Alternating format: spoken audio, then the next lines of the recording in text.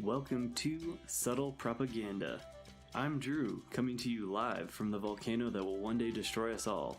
Joining me is Three Circles Mike, who has no idea what a Venn diagram is, Integrity Joe, who's late in light, and Rob. We will be talking about pop culture, world news, politics, military culture, fight videos, and the general state of the union. Are we charlatans? I don't know. You decide. Oh, and remember, like, subscribe, and share this podcast with your friends, and don't forget to tell us how wrong we were in the comments. What's up, everybody? Hola. What up? Nice. What's up, fools? Happy Friday. My camera, my bad. Yeah, happy Friday, dude. All right, sorry, I hate to launch us right in and steal the spotlight, but dude, Drewski, I know you probably know about this. Is it that what's his face is gonna fight Logan Paul, Floyd Mayweather? Is it really? I don't know. I just keep hearing all these ramblings like Floyd Mayweather was firing shots at Conor McGregor, and I guess the next big super fight is Logan Paul versus Floyd. Oh my god. I mean, I know they've been talking about it, but I can't believe that they're actually going to do it. I mean, I wonder how much they're getting paid because, dude, it's pretty amazing. Floyd Mayweather can't beat anybody else in a ring, so he's just going to make a career out of beating up half semi-professional like boxers in the end part of his career. What a fucking dude! The dude can't read, but I mean, he's literally he's a genius. Can't read a page in Harry Potter, but man, he's smart.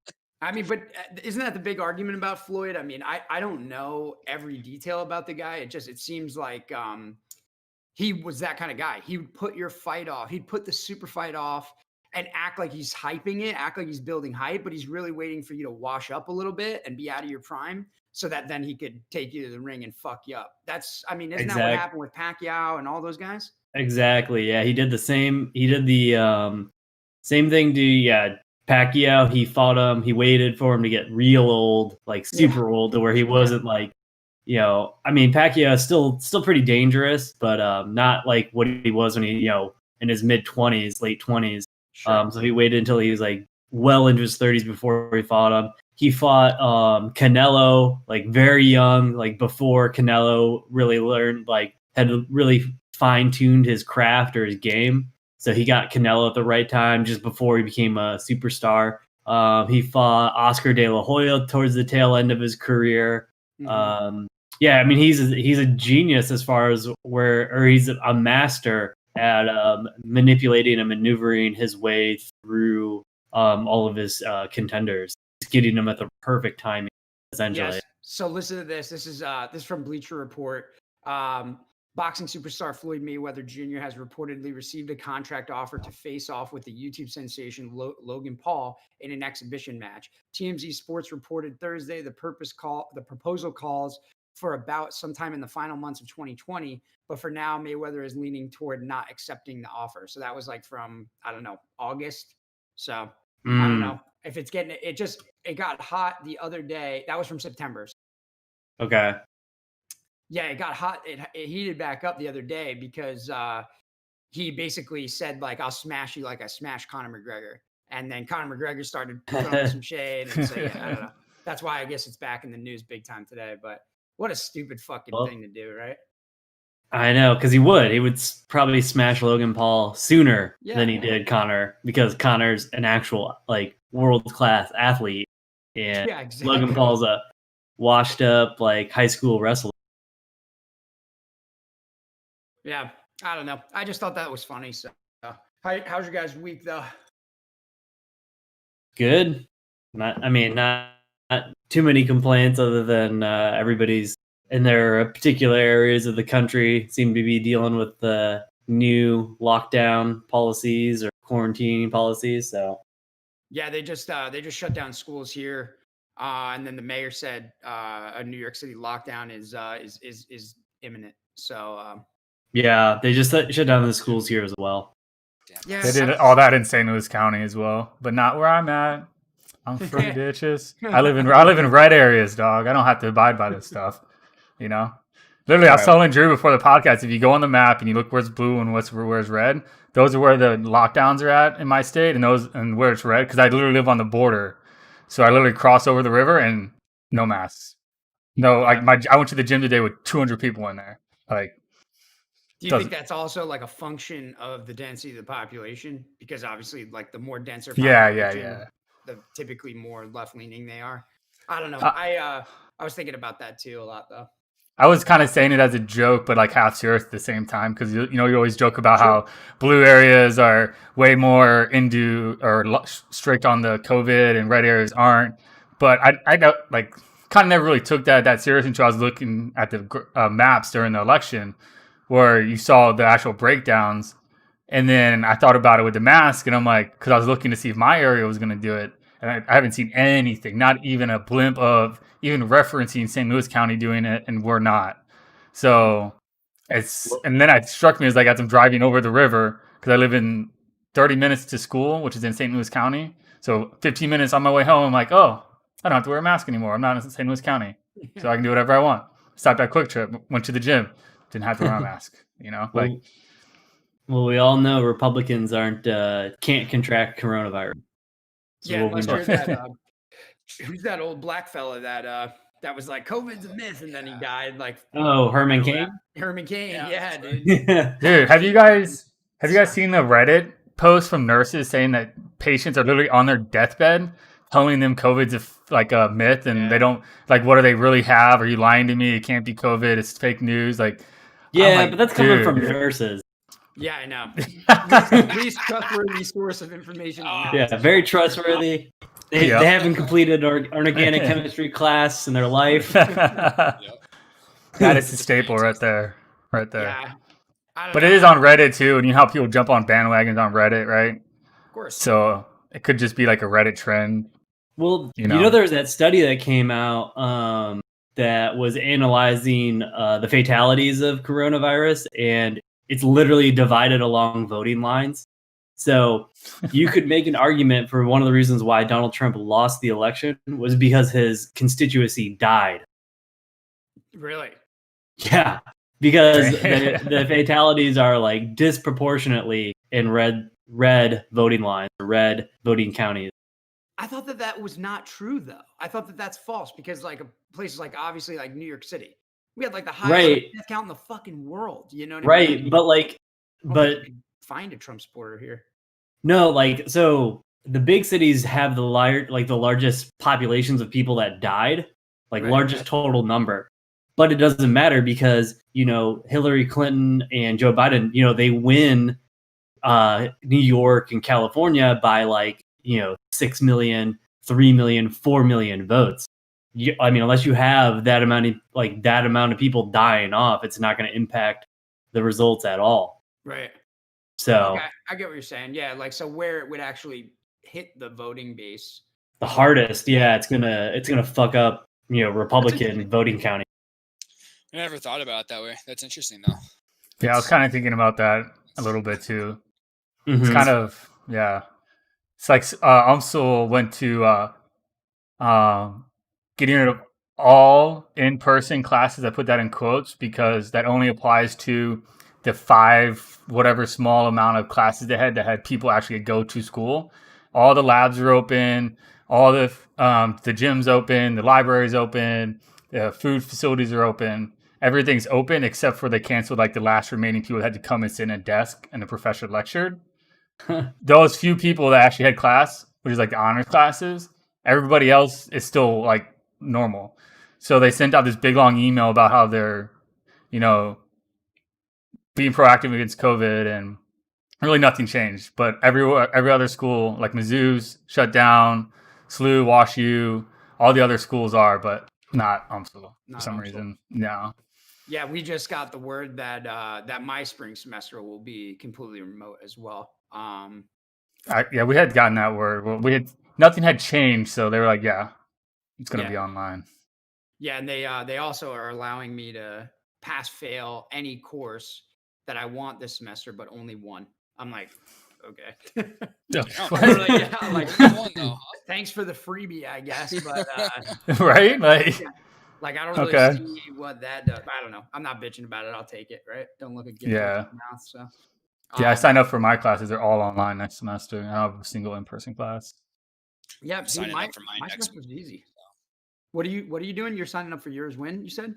Yeah, next week, because I think you guys all picked your classes this week and stuff like that. So I don't pick till December. Oh, I picked a month ago.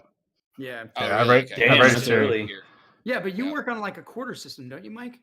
No, I'm on semester. I just end a week earlier than you. My bad. Yeah, my semester ends December 15th because we don't have that that study week that you guys have at the end. So we get back, we have Thanksgiving break, 1 week. And then finals or some shit like that. Gotcha. But yeah, we can register in the beginning of November. As veterans, we get priority registration, so we get the first to register. Oh, that's nice. Yeah, so pretty much any love like that. No way. Oh yeah, they con the system of we need extra time to submit all these vets to the VA. We need that extra submission time, and they sold it. Classic, why should we get it? If you make a good case, they'll give it to you, type of thing. Yeah. And we got it. So I registered in the middle of October. I go to pre-registration, and November 2nd, as soon as it opens, my advisor puts me in all my classes. So I don't have any waitlist problems. Unless you have a shitty advisor. But yeah, I never used my advisor. I do because veteran stuff, you need to have them justify it. So I just went to them anyways. Yeah, I told you guys my advisor story. Zero chance I'm ever asking a fucking advisor a goddamn thing. I'd rather get advice from another student. Right, exactly. Yeah. They know more than that fucking person does. Dude, I don't understand it. Dude, the lady is an Ivy League graduate. And it's really? How do you fuck this up? Yeah, she graduated from Cornell. It's how do you fuck this up? Your job is to just tell me what I should think about. It's not even that, I don't even see the difficulty in this role ever. I don't understand how it could ever get hard. I guess difficulty from the sense of it could be rote, right? You have to just submit a bunch of forms or something, right? No one likes doing that, but it's how do you fuck that up? I don't know. It doesn't seem like there's a lot of creative work going on, to do that job. So I told you my story about my advisor not knowing how to put me in senior seminar. Yeah. And getting to the point where I almost didn't get in one because it took her 3 weeks to figure out how to. And literally, I emailed her 4 times because I, like you said, asked friends that have done it before, right? So what did I do? I asked all my friends that have taken it before, and they're like, yeah, you just tell your advisor, and if you're on track to graduate, you don't need special permission. But if you want to take it like a semester early, then you have to get permission to take it a semester early. But since it's my last semester and I'm graduating, she just puts you in. But I almost didn't get into a senior seminar because of that. And she emails you at like 10 at night. So all the email traffic was like 9 or 10 o'clock at night. So I didn't see any of it until the next morning. It's fucking, yeah, it was shitty. But It's so weird because, yeah. I mean, I guess every university does it differently. Like when I was going through school, it was basically just you essentially just created your own schedule or whatever you wanted to take for that semester. And then you had to go see your advisor, and they essentially just looked at what you had planned out before you could actually do it in their like the online system or the computer system, and they just signed off on it. And they're like, okay, looks good. And like for me, somebody like me, they're like, okay, yeah, I mean, everything looks good. All right, cool. Like, you got all your. They're like, we got to make sure you're taking that. And they're like, oh, I see you have that over here, and it's just like, yeah, you're basically not. I already did your job for you. Just give me my signature so I can say I did that. Move on. Exactly, dude. We can sign up for our own classes here. You can just go onto their website and pretty much enroll yourself if you want. Mm-hmm. But to use benefits here, you have to have an advisor send something over that says that it's for your education or for your degree. So you can either do it yourself and then email them and tell them to look at it and submit it. I just usually went to the 20-minute appointment and then had them fill everything out. And that way I knew they actually did it. And I didn't have to go back and find them later because they forgot to submit it or whatever it is. It was just easier to just have them do it while I watched them as well. One of the reasons why I went to the advisors. Joe, what classes are you going to take? Like, what do you have to do, Joe? Micro. I have to do math, stats, stuff like that. All the like science what kind of classes, math? Statistics? Algebra. Yeah, algebra and Oh, stats. like college algebra and statistics. Yep. Do you have to take calculus? No calculus. But the shitty thing is I have to do anatomy and physiology again too. So it's out of date. So Really? Wow. Damn. Yep. That sucks. Yeah, it sucks, man. I'm taking But, anatomy easy, this though. semester. That'll be easy. I hope so. Yeah. Yeah, it should be. I don't. Oh, are you kidding me? You used to run like the anatomy lab. Yeah, I think A&P won't be a problem for you. I think Yeah. It'll be. I don't know why everybody gets so bent around the axle about calculus. I think it's easier. No, I think it's way easier than. It's easier than. It's easier than algebra. Oh, It's really? easier than statistics. I think statistics is way harder than calculus. I agree. Statistics is way hard. It like defies my human brain. Like thinking about problems statistically, right? Like for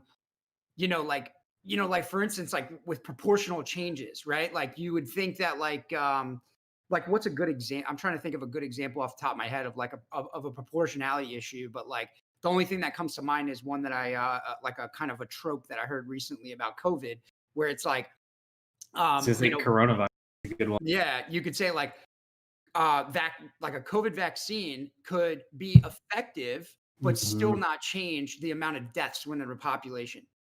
How the fuck does that make sense? But statistically, it's possible. Exactly. And so it's like trying to think about problems like that. Like, so you have 100 people and 10 of them get COVID in one group, and that is getting the vaccine. And then 90 of them get COVID in the other group. But in both groups, one person dies.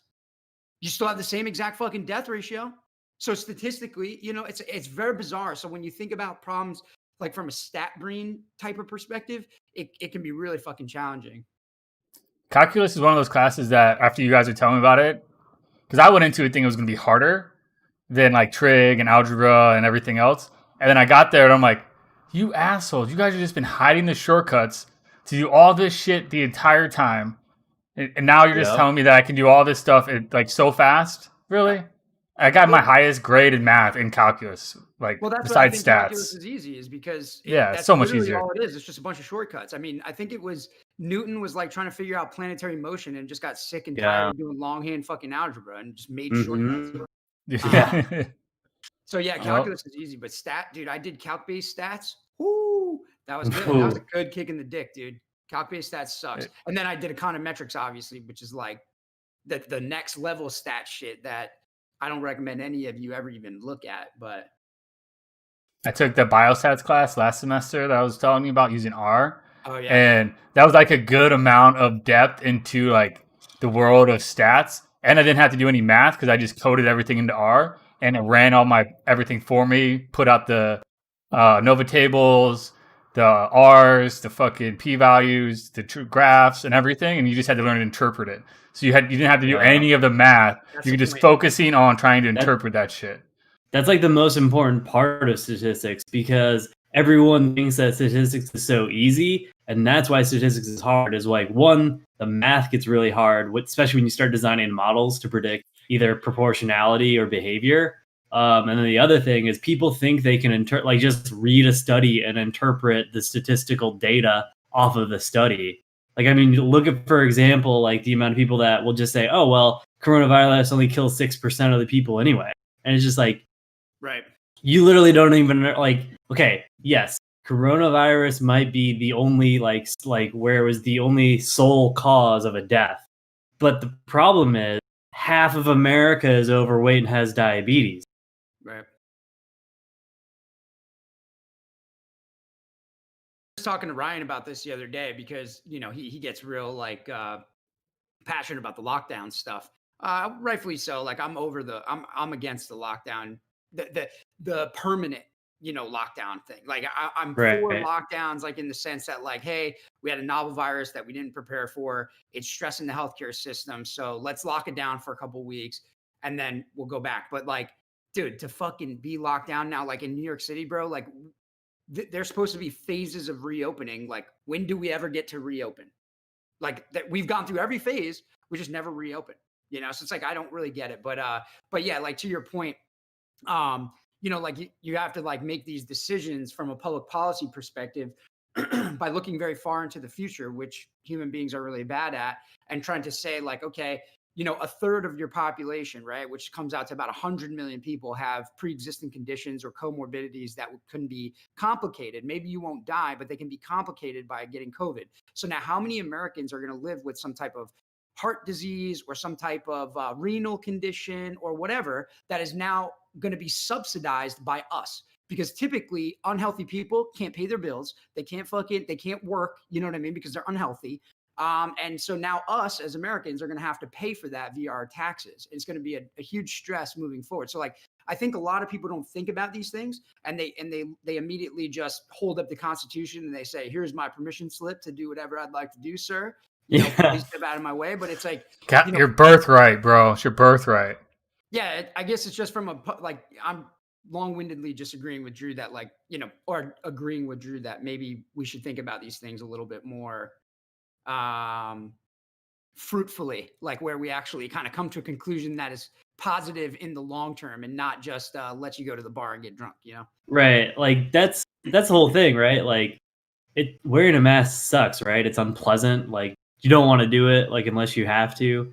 But again, I'm like, I understand the whole you give an inch and they take a mile aspect of if you give you know, these governors, these mayors, you know, executive power to use this authority over you. But if we had all come together and worn a mask, maybe we aren't at the point to where there's a fucking curfew in LA and New York City at this point of the time, or not as much of the economy has to shut down if everybody just wore a fucking mask. Because if you look at things like Japan, South Korea, Taiwan, these are countries that dealt with the coronavirus very well, and they did not shut down their economy at all. Mandated a national policy for a mask, and they got ahead of testing. That's it. Testing, tracing, mask. All you have to do. But we fucked this up a long time ago, so here we are. Yeah, well, I think the federal response was really bad. And at the state level, though, I will say that there is credence to the argument of these people just getting too much power. I mean, you saw it with Newsom, right? Like, oh yeah, totally get that. He's out at a restaurant with a dozen fucking people not wearing masks. You know, and that's unfortunately what does happen with these powerful figures, is that these limousine liberals. Pelosi, exactly. You know, hairstylist. Pelosi? Did she become Polish? She related to you, Joe? Hey, welcome. Welcome to the club. Yeah, that Don't worry, Gavin Newsom was making sure he's slicking his hair back extra that night so he could look even more like a cocksucker as he's walking around to the fucking, indoor restaurant, the French Laundry, where we're dining tonight. Yeah, I mean, that's the thing that I dislike about it the most, man, is like, like what Mike just brought up with Pelosi or any of these powerful figures who act like they're Lori Lightfoot. They act like they're sent by God to like save all these lives, and that's why they implement these laws. And it's like, stop fucking talking like that. Like Como, like stop talking like that, dude. Stop talking like, all of this crisis has been averted because of you. And so many people get to go hug grandma because you were alive to see us through this. Like, you're not that fucking important. And really it's these behind the scenes experts who are talking about these things, probably from a very rational perspective on how we should be dealing with them. And you're just basically slapping the hammer down and saying like, well, we'll just lock down to be safe. I don't want anybody to get hurt. You're not doing anything like, you're not doing anything that crazy. So I don't know. I hate it was that just extremely. It was really political during this whole COVID thing. Everything they did, the left didn't like, the right didn't like, you were on one side versus the other. It felt like, where it felt like a lot of people were just, like you said, like, wear the fucking mask. Like, I don't think I met too many people that, didn't agree to not wearing the mask, especially when it came to businesses around Flagstaff and stuff like that. And like, in Arizona, it's like, dude, it's the right. A lot of people respected that. You go in, out, do your thing, and that's it, but, yeah, to shut down like New York and California again, man. I mean, I'm not surprised. Sorry, someone just got home.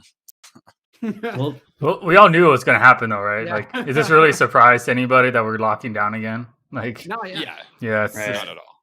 No, yeah, well, we knew it was coming. And I mean, the political thing, Joe, like, I'll just say really quick that like, this is it, rightfully so. It is very political. And I think Trump completely fucked it up.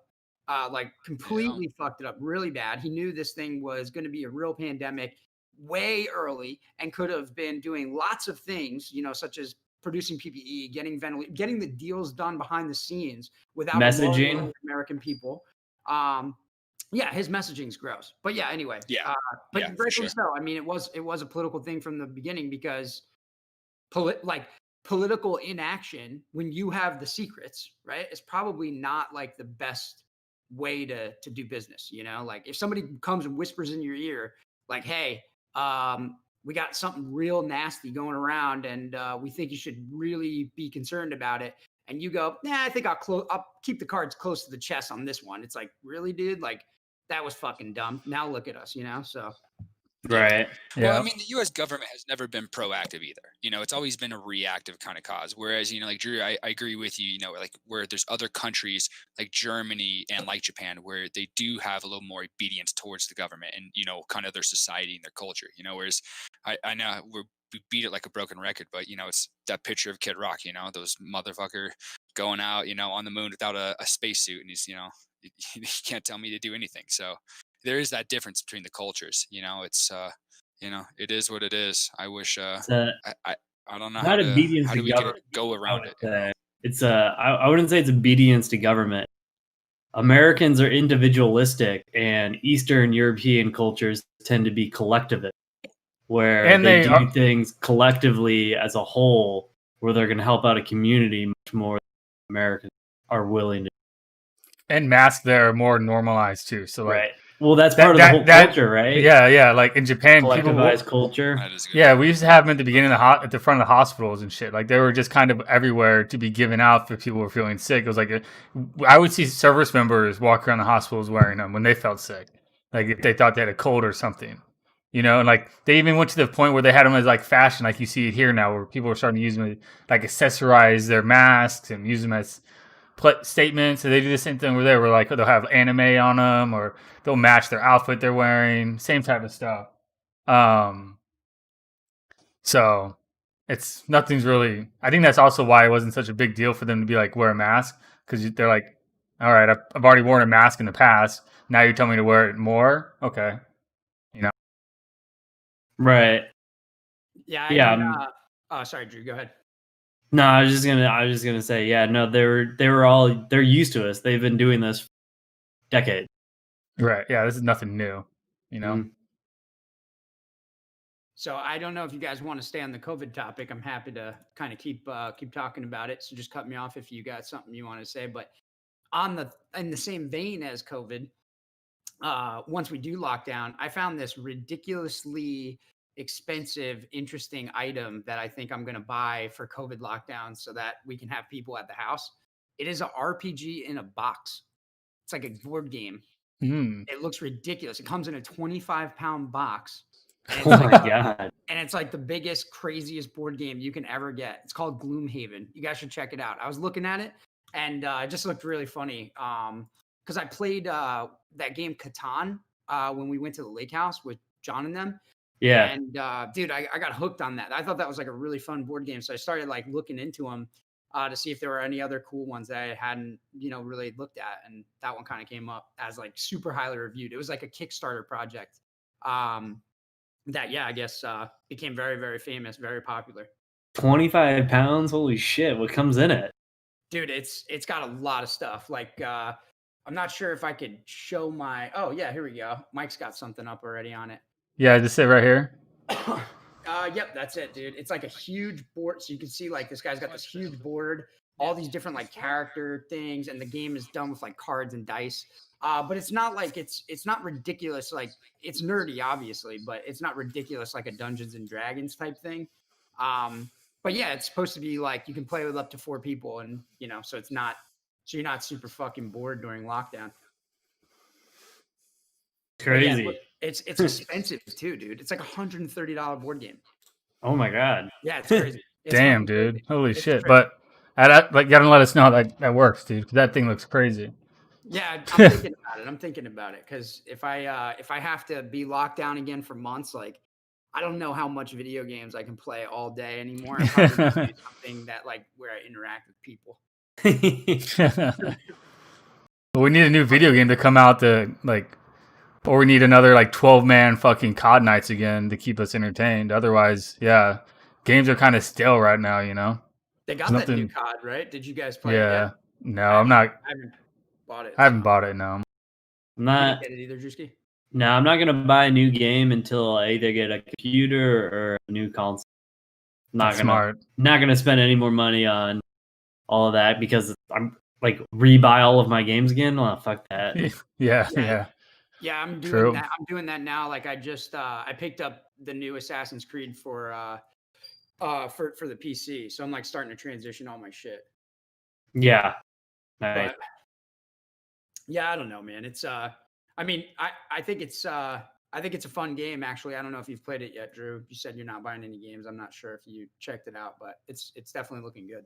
Oh, I want to play it. It's just like I don't want to invest. Like I said, I just don't want to buy the same game twice. I mean, dude, I'm all about Norse mythology. I got really into when I was studying religions. I really got into like Norse paganism. So and God of War is probably like my favorite game of all time.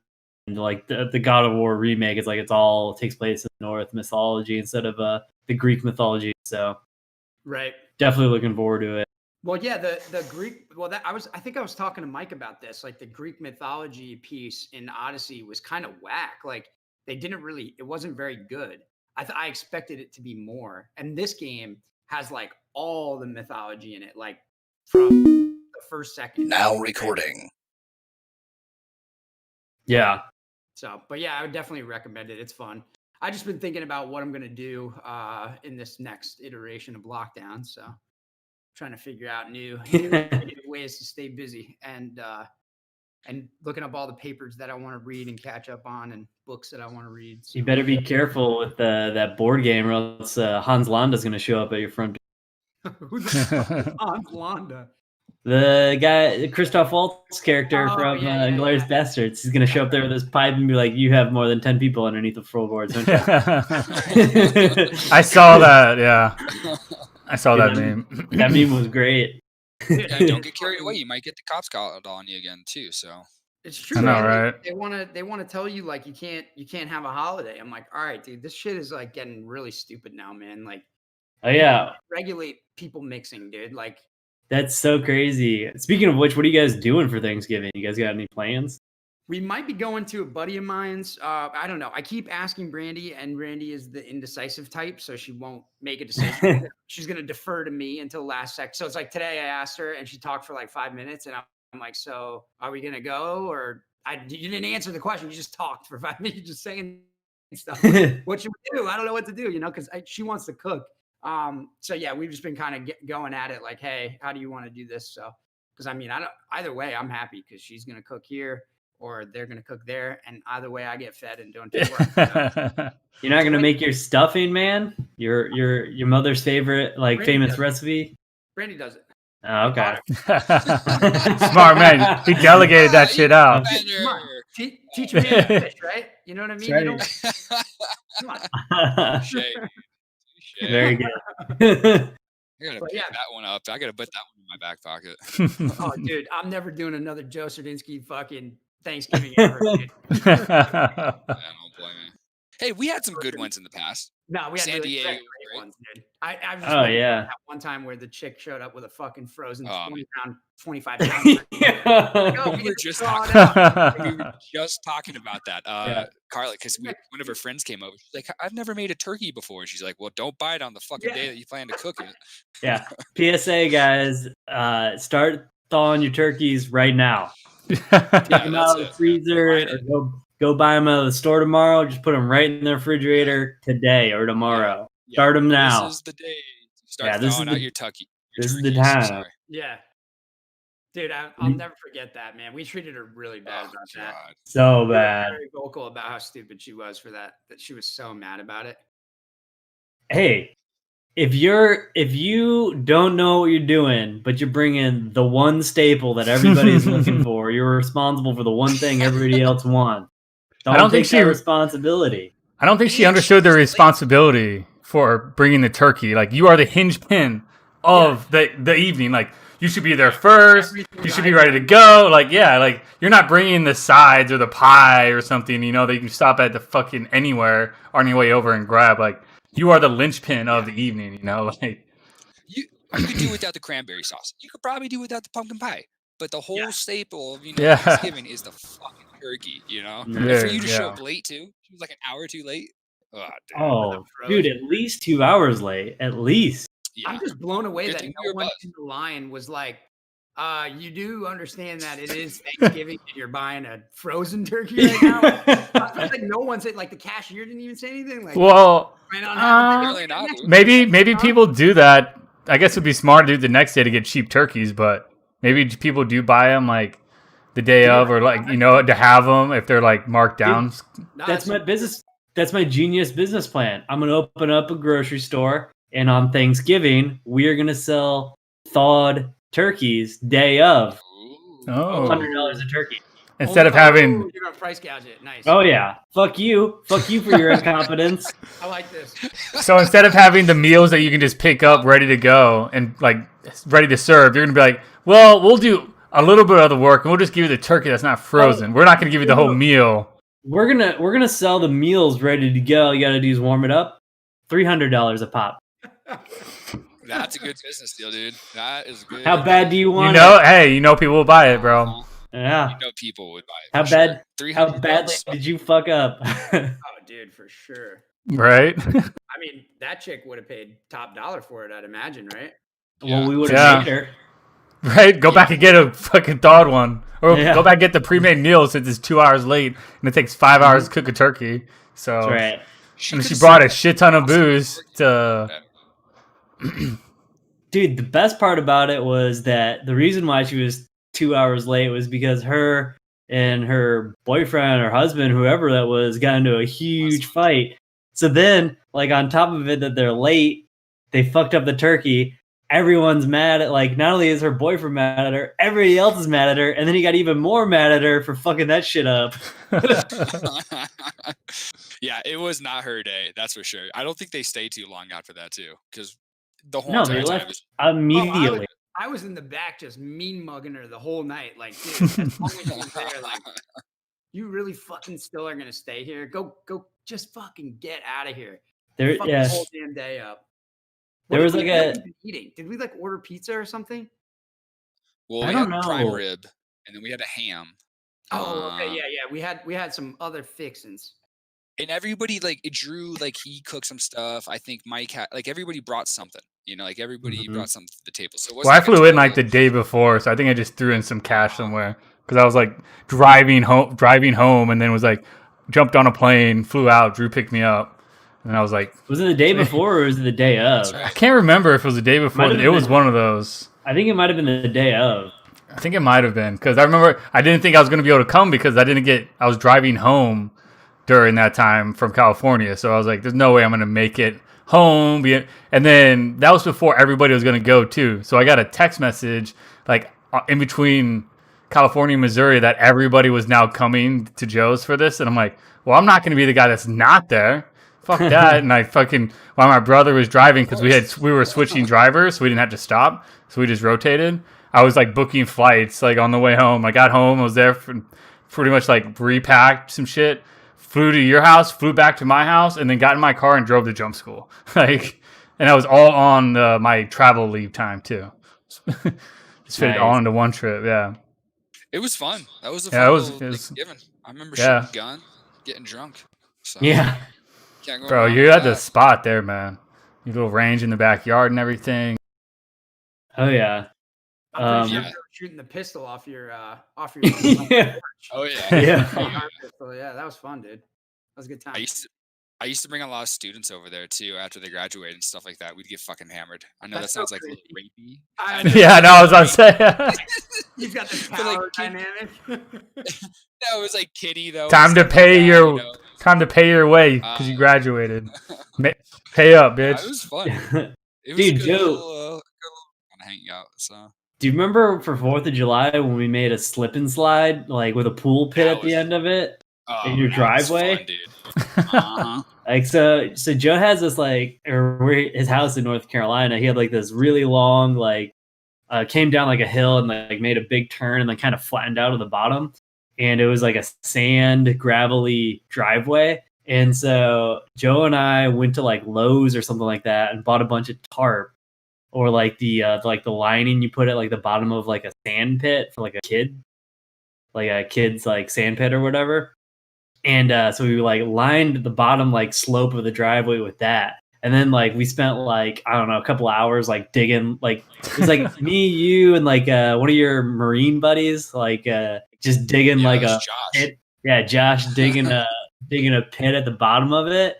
And so we just and then we filled it up with water. And so we just covered like the tarp or whatever in like soap and water. We'd slide down it into like this pit pool at the very end. It was so cool.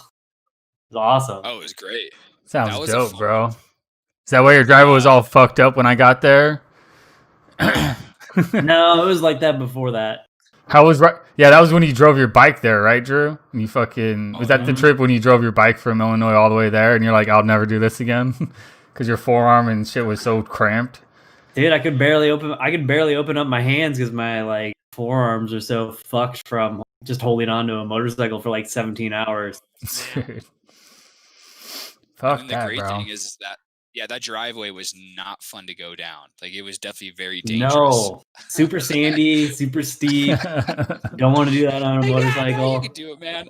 Yeah. I believe in Yeah, you. you're like after 17 hours, like I can barely walk. I'm so bow-legged and like I can't even open my hands. And Joe's like, "You got it," and I was just like, "No, I do not." And it's pitch black out, like pitch black. Can't see anything. But what are you doing this year for Thanksgiving, Joe? The family and I were going down to like in between northern Arizona and like Phoenix. And we're gonna go bring the fifth wheel down there. Father-in-law is going, my parents, sisters, and stuff like that. So we're just gonna go down to one of the campsites over there, and everybody's bringing something, kind of doing like a potluck kind of thing. So someone's smoking turkey, someone's gonna deep fry one. We're gonna do like a ham.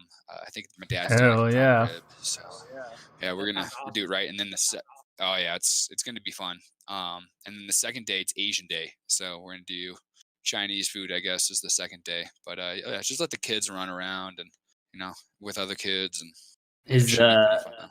is your dad making his famous Mai Tais? Actually, Uncle we were Jared's talking my about guy. it. Yeah. Dude, Oh, yeah, dude. I've been trying to tell. Yeah, I've been trying to tell everybody that Mai Tais are the way to go, but They're great, nobody wants to listen. right? What about you, Mike? What are you doing? A whole lot of nothing really. Just go to my family's. We're gonna wait for all the nieces and nephews to take their nap, and then play like midday. Go over, do the Thanksgiving style thing for like an hour or two, and then come back and play video games. That's probably about it. I don't do a whole lot for holidays, so it's usually like a 3-hour thing, and that's pretty much the day. Oh, that's a good thing because usually like holidays are, like for somebody like me who has a mixed family, it's always an adventure. Yeah. Are you guys going to see your brother, Drewski? No, definitely not. No. It's a hard no. Is he because he's back there now, right? Yeah, he's been back here since June, July-ish. Yeah. So he's been back for a while, but no, we won't be seeing them for Thanksgiving at least. It's like, but like everybody else, like all my sisters will be there, and everything like that. So Cool. that should be fun. Just day to hang out with the family, especially I don't get to see them a whole lot anymore. So Yeah, especially more with the weird quarantine stuff and COVID, whatever. I think I'm most excited just to steal a lot of leftovers because, like Thanksgiving, right? Everywhere you go, you always overcook everything, right? My favorite part is going to be eating leftovers for like the next week. Yeah. Literally. Brandy makes pot pies with the leftovers. Oh, I remember, dude, when he lived in. Oh my god, dude. Fire, dude. I remember used to begging Brandy, like, can you make us some pot pies? We're almost out. We ate them all already. Can you make more? And she'd be like, okay, tomorrow. Like, but Brandy, we want it now. Dude, man, dude, those were good times. Yeah, dude, they were. That and the cheese dip she would make every Yeah. Yep. The Ooh, I crock pot remember would full of cheese dip, dude. Mhm. Oh yeah, bro. I remember that one. So Yeah, good. we used to get down with the food, man. Brandy cooks. Bro, I saw one of Dave's recipes I haven't seen in a while. It was a piece of bread with cheese on it and 4 pepperonis, and it was mini pizzas. And Oh. I was like, do you guys remember when we stole Dave's bread fixings? yeah. Yes. That's what made me think about it because it reminded me of a grilled cheese and macaroni that Dave was good at. But this guy put pizza like pepperonis on top of it and called it mini pizzas. And I'm like, that would be Dave right there if you were to do something like Dave, make us something. Like, all right, here, I'll make mini pizzas, and it's a fucking piece of bread with like sandwich cheese on it and fucking pepperonis. You know. Dude, that's a Dave meal. He wondered why he never lost weight when he would fucking eat white bread, smother mayonnaise on it. Remember, he would eat 2 avocados. So gross. Remember, he'd eat 2 whole avocados, like just sitting there, like this is healthy, this is good, it's an avocado, and he would eat 2 of them in one, like just while he's talking to you about it. I'm like, okay, I don't think you understand the concept of it, then, Dave, because you're not supposed to eat 2 while you're just talking to me, you know. And we can't say we can't go on without mentioning the man boob story as well. I mean, dude. Oh my when god. some rando comes up to you and says, "Hey, nice man boobs," and he's like, "What the hell?" He had to think about it there for a second. Wasn't it a chick too? No, dude. Yeah. This is how it was. This is how it went down. I saw the whole thing. We were waiting in line to get into the free concert at the Del Mar racetrack for Weezer. And before you get in, like, you wanted to make sure you get your margaritas, so you don't have to wait in like the half-hour line of whatever it takes to get your margaritas while you're inside the venue. And so Joe's there with us, and we're waiting in line, and I'm just standing next to Dave, and we're waiting to get our margaritas or whatever. And next thing you know, this like super faded, like older woman comes up to Dave, and she just goes, "Hey man." No, she was not. No, she was. Yeah, not. I do not remember that. That's what made it even more. That's Yeah, what so made it even more worse. insulting. Was that was like that was like a. No, this was like this was some like beach creature who'd been out like in PB for the last 40 years. Her skin was gone. She maybe was good looking 20 years ago, but yeah, exactly, that type of person. And she just goes up to Dave and she's like, "Hey, I like your moves." And she's like, "What? You like my moves?" And she's like, "No, I like your man boobs." And Dave just sitting there in his fucking cut off, sleeveless, like champion. It was a blue champion t-shirt, blue, yeah. like bright blue, just showing off his man boobs, and he's just like, "Oh." Okay. I forgot that he had said moves. I forgot about that. I just started laughing because I was like, "This is fucking ridiculous! What just happened?" And dude, Dave didn't do anything or say anything other than just said, "Oh." Dude, I forgot about the fact he said moves, like he was confused. And then when she explained it to him, we just started cracking up. Because remember, we gave him shit. It was like, Drew, or Dave, why are you wearing a fucking blue champion shirt, cut off sleeveless shirt to a concert? Like, what are you doing? The best part. Like, but yeah, I don't know if we want to go down the Dave rabbit holes forever, but I just remember Joe being so grossed out when he was making a sandwich and Dave put on like, I don't know, like a quarter of a cup of mayonnaise on one slice of bread, and it was just like watching him like smear the mayonnaise over the like slice of bread over and over again. And Joe's like, "If you keep doing that, Dave, I'm gonna start dry heaving." Dude, it was disgusting. It was like a glob at a time, and he'd take his time, and like he wasn't fast about it. Like the mayonnaise alone, meticulous. Yeah, and it's just like he had to get like every corner of it, and then he put the shittiest lettuce on it, the shittiest meat. It was like the pre-packaged meat that's like shrink wrapped. Oscar Mayer. MRE. Yeah, you know, like you couldn't even like afford the Boar's Head, go to the like the deli and get like good deli meat, you know, and then like American Craft singles that like peel off. It was like the most. It was horrible. It was so disgusting. Ugh. And that's when we started stealing his shit. That's when he's a disgusting guy. Every time he would he'd turn around, Rob would steal a package of lettuce. Mike was there. He would steal his like bologna or whatever. Yeah, his little meat he got. Slice. Oh man, yeah. Don't fuck with Dave and his diet. You know, he's on one. Yeah, I'll never forget when he told me he was on a diet, and he was like, "Hey, Drew, you want to go with me this morning to go get some burritos?" I was like, "Dave, aren't you on a diet?" He's like, "Oh no, it'll be a healthy burrito." I'm like, "That doesn't exist." Yeah, not in Southern California. That's for fucking sure. Well, Dave's version of healthy isn't healthy when you, like I said, he was eating avocados thinking that because they're healthy, but when you eat two of them at one time, it's not healthy anymore. You know, like there's a limit to that type of shit, Dave. Like, you know, you can eat a sandwich that's healthy, but now with 2 pounds of mayonnaise on it. That's like eating a salad and putting a pound of ranch on it, you know? Like, I'm pretty sure he's responsible for the welfare of people now. I think he's a firefighter. Yeah, well, of course he is. He's good at being in charge of people's healthcare, so you know. I mean, he got the job.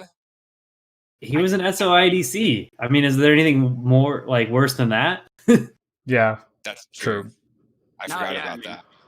It's kind of the pinnacle of whatever. But let's switch gears. What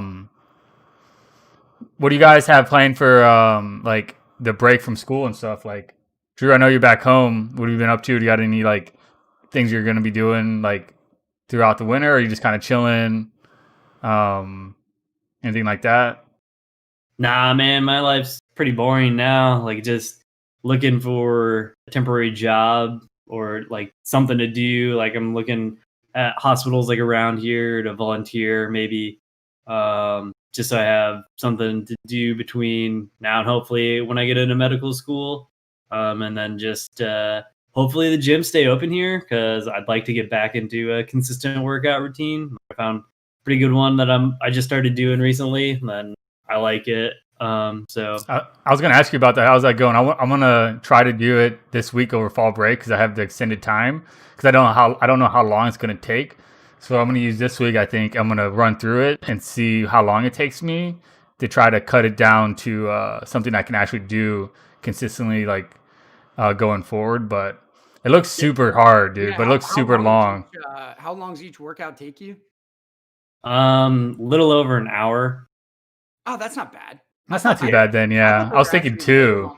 Yeah, Is that with like mobility and warm up and everything, or what?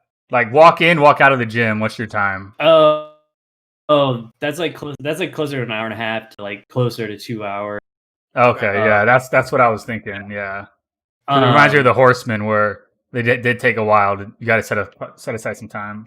Right, and that's like an hour and a half. Like it's like an hour 15, hour 20 if I'm going like fast. Like if I'm not like, because there are certain sets within this program where What's they tell you to the take like 4 minutes of rest, and I'm just like, I'm not taking 4 minutes between sets. Like I'll take 2. what's the workout again for anybody who's listening that maybe want to look into it? Do you remember off the top of your head? Yeah, just go to breakingmuscle.com.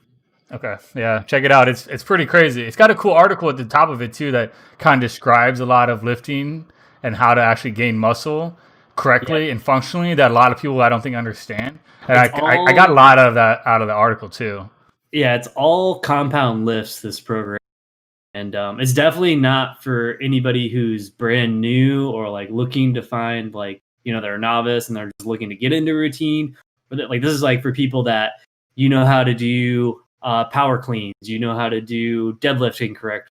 You can actually lift a pretty substantial amount of weight. Like you don't have to be crazy or anything, but like, there's stuff on it where it's just like, bench press your body weight like 10 times. A lot of people can't do that. So it's also not break yourself if you're not used to something that's strenuous. Your body's going to break. You have to, yeah, you got to be conditioned to that type of that duration of intensity, because it's a lot different than if you just do what I'm doing is your old workout, where it's 4 days a week, chest, back, shoulders, legs, where it's kind of you're just hitting muscle groups, classic gym. You do your 4 big lifts, your bench, deadlift, or the bro split. Yeah. You do your basic 4 big lifts, your bench, deadlift, squats, and shoulder presses, and then some auxiliary, like I call them like gym rat muscles, where you just go to the machines or wherever, where it's not as intensive as something like this, where if you're not conditioned to something like that, you're going to probably break in, a week and a half. Yeah.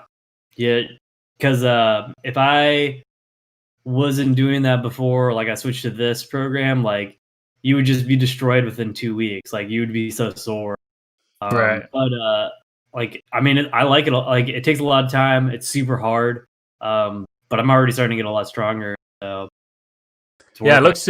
I was reading it and I'm like itching to, because I've been doing that routine for so long that I've been looking for something different. But I just got to figure out how to change the time. Luckily, since school ends like 3 weeks after we get back, I can essentially do it throughout the Christmas break and try to wean it in, because I need to be in and out of the gym in an hour and a half usually. But luckily with that workout too, it's nice because it has cardio built in. Because usually I do like 45 minutes of lifting, strength stuff, and then 20 to 30 minutes of cardio afterwards. So it takes me usually like an hour and a half in and out without like changing, showering or whatever, to go to school or whatever it is. So it's almost like essentially my same type of time frame I give myself when I'm having to work around like school or a job or something. Yeah, I mean that's one of the reasons why I did it, or I felt like I picked this program, because as I'm getting older, I can't do cardio like I used to anymore. I'm just too broken now. Like I'm just constantly injured. Like 1 week it'll be like plantar fasciitis, another week I'll have like a weird knee thing going on. So like for my back something will happen, but like this incorporates like where I don't have to do miles. Right. Yeah. Body. So I'm trying to avoid is the miles anymore. Try to limit those out. But I think that definitely is a factor for sure. Yeah, I haven't run in like 6 weeks now. I got to get back on it. But dude, man, just a fucking bullshit overuse injury, man. Sucks. But yeah. I feel you on the injuries, man. I want to try to jump on that too. I've been doing a lot of gymnast shit, dude. I told you guys about that body weight routine I've been doing. Dude, I don't know how gymnasts do it, man. That shit it's ridiculous. Like all these static poses and holds that you do. Oh my God. It's terrible, dude. I know. Like I found that I was just with like this program, just like doing overhead squats, man. Like if you just put like 70 pounds on a bar and try to overhead squat it, like, it's so hard. Yeah, I have terrible shoulder mobility too, so there's zero chance that I'm doing anything heavy on overhead. Yeah, I think like the heaviest overhead squats I ever did was like 135 or something like that. Like I never went heavy on that because I just have. Also, I just never really worked on mobility. You guys know me, dude. I never did any of that shit. So like, if somebody was like, "Hey, you need to get this really heavy shit over your head," I just did it. You know what I mean? Yeah, exactly. Well, unless you're doing like hardcore like Olympic lifting, there's really no reason why you have to do heavy overhead squats ever. Because like unless you're snatching, there's no reason for it. Other than like it's really like overhead squats are great for strengthening, stabilizing your core, and then it also really helps with your squat forces and make sure that you have complete mobility in your hips and ankles to do it correctly. Or else you're just gonna drop the fucking. That's why I don't do overhead squats. No mobility. Fucking, I tried them for a while. Like when I was at Pendleton doing like going super hard, and dude, I never could get the mobility down and the form down to where I just didn't enjoy it. It was miserable, like miserable to the point of like not miserable, enjoyable, but just like I'd rather just do like front squats, or just what I do is I'll like do shoulder press. When I do my shoulder presses, just hold over my head as long as I can, type of thing. Because that's one thing I've never get myself to do to actually do is overhead squats. Fucking hate them. But sometimes you just gotta embrace the suck. I know. I don't mind them with kettlebells because I don't have to have a straight bar, and I actually have the ability for it. But I'll do overheads with kettlebells for sure. I'll agree with that one. Because mine's all about the mobility for sure. I actually really like working with kettlebells now, like doing heavy ass windmills and stuff like that. That shit's hard, bro. That shit's really hard, man. Oh yeah. Dude, I just fucked up my back a couple days ago, dude, and it's been sore as fucking. Kettlebells, I think, are like the only thing that I can still do. Like you were talking about deadlifts and shit, dude. Deadlifts are out of the question for me. Like I just cannot bend over anymore. Yo, for sure, dude. Like I'm like I was bedridden the last couple days. Just oh my god, you broke your back like an old man. Damn. Oh, dude, I feel like it. But like kettlebells, dude, that's the only thing that I can keep the longevity of and like keep the consistency of, like doing pull-ups and then like doing some like the punching bag and stuff like that. But like, dude, it sucks getting old. My mobility is like range of motion fucking sucks. Dude, I've never been like that except for when Mike beat me up in Pacific Beach. I remember that. You're like, Mike, you broke my back. I couldn't walk for like 3 days because Mike was there. Bad, dude. Yeah, the night's always been referred to as the night that Mike broke Rob's back. Another one of the famous PB nights. Yeah. I don't know. I'm like, I guess I'm actually not as beat up as you guys then, because I mean I get like real bad overuse injuries, but like I definitely have never like had a day where I like couldn't get out of bed just because I was doing normal shit. I mean, what were you doing, dude? Like, bro, do you know what did it to me? I bent over to pick up the trash can. That's it. On the way up, I had a shooting pain in my left leg. It went all the way down. Damn, bro. Yeah, I had to go get an MRI. That does happen in my neck. So. That happens Yeah. Mine is more of like I actually get the opposite, that working out is like helps my back from like those types of things, where if I stand for a long period of time, if I go through a stand where I'm not working out for a long period of time and I have to stand for like 4 hours, dude, my back hurts like a motherfucker, dude. But then if I work out, then it just hurts because I worked out, and it doesn't hurt as bad because I stood for 4 hours, because it already hurts because I was working out. So it's like, pick your poison, it's going to hurt either way. But I feel like but I don't ever lift heavy back, like my deadlifts are like 185, shit like that. Like I don't lift heavy back. I just lift for like conditioning, just to kind of give some type of strength. That glute ham developer, dude. That's what I know for sure. Dude. Yoga, man. Water rub. Yeah, yoga helps. I got that the foam rollers and all that shit. But yeah, definitely. It's like weird if I don't work out, it's bad, but it's a different type of bad than if I am working out. Either way, it's still something, but it just depends on what type of bad it is, I guess. I don't know if you guys have that at all, but No, yeah, I noticed like for sure that for like the first 2 years after I got out of the military, when I wasn't doing a fucking thing, I noticed that like I was just deteriorating physically, and then once I started working out again, I felt much better. Hmm.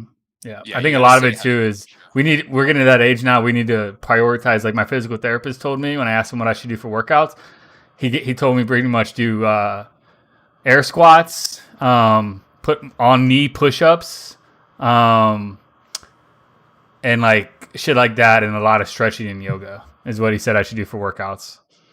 So I think we're getting to that age, fellows, where we just need to start doing a lot of stretching and mobility over, actually strength training.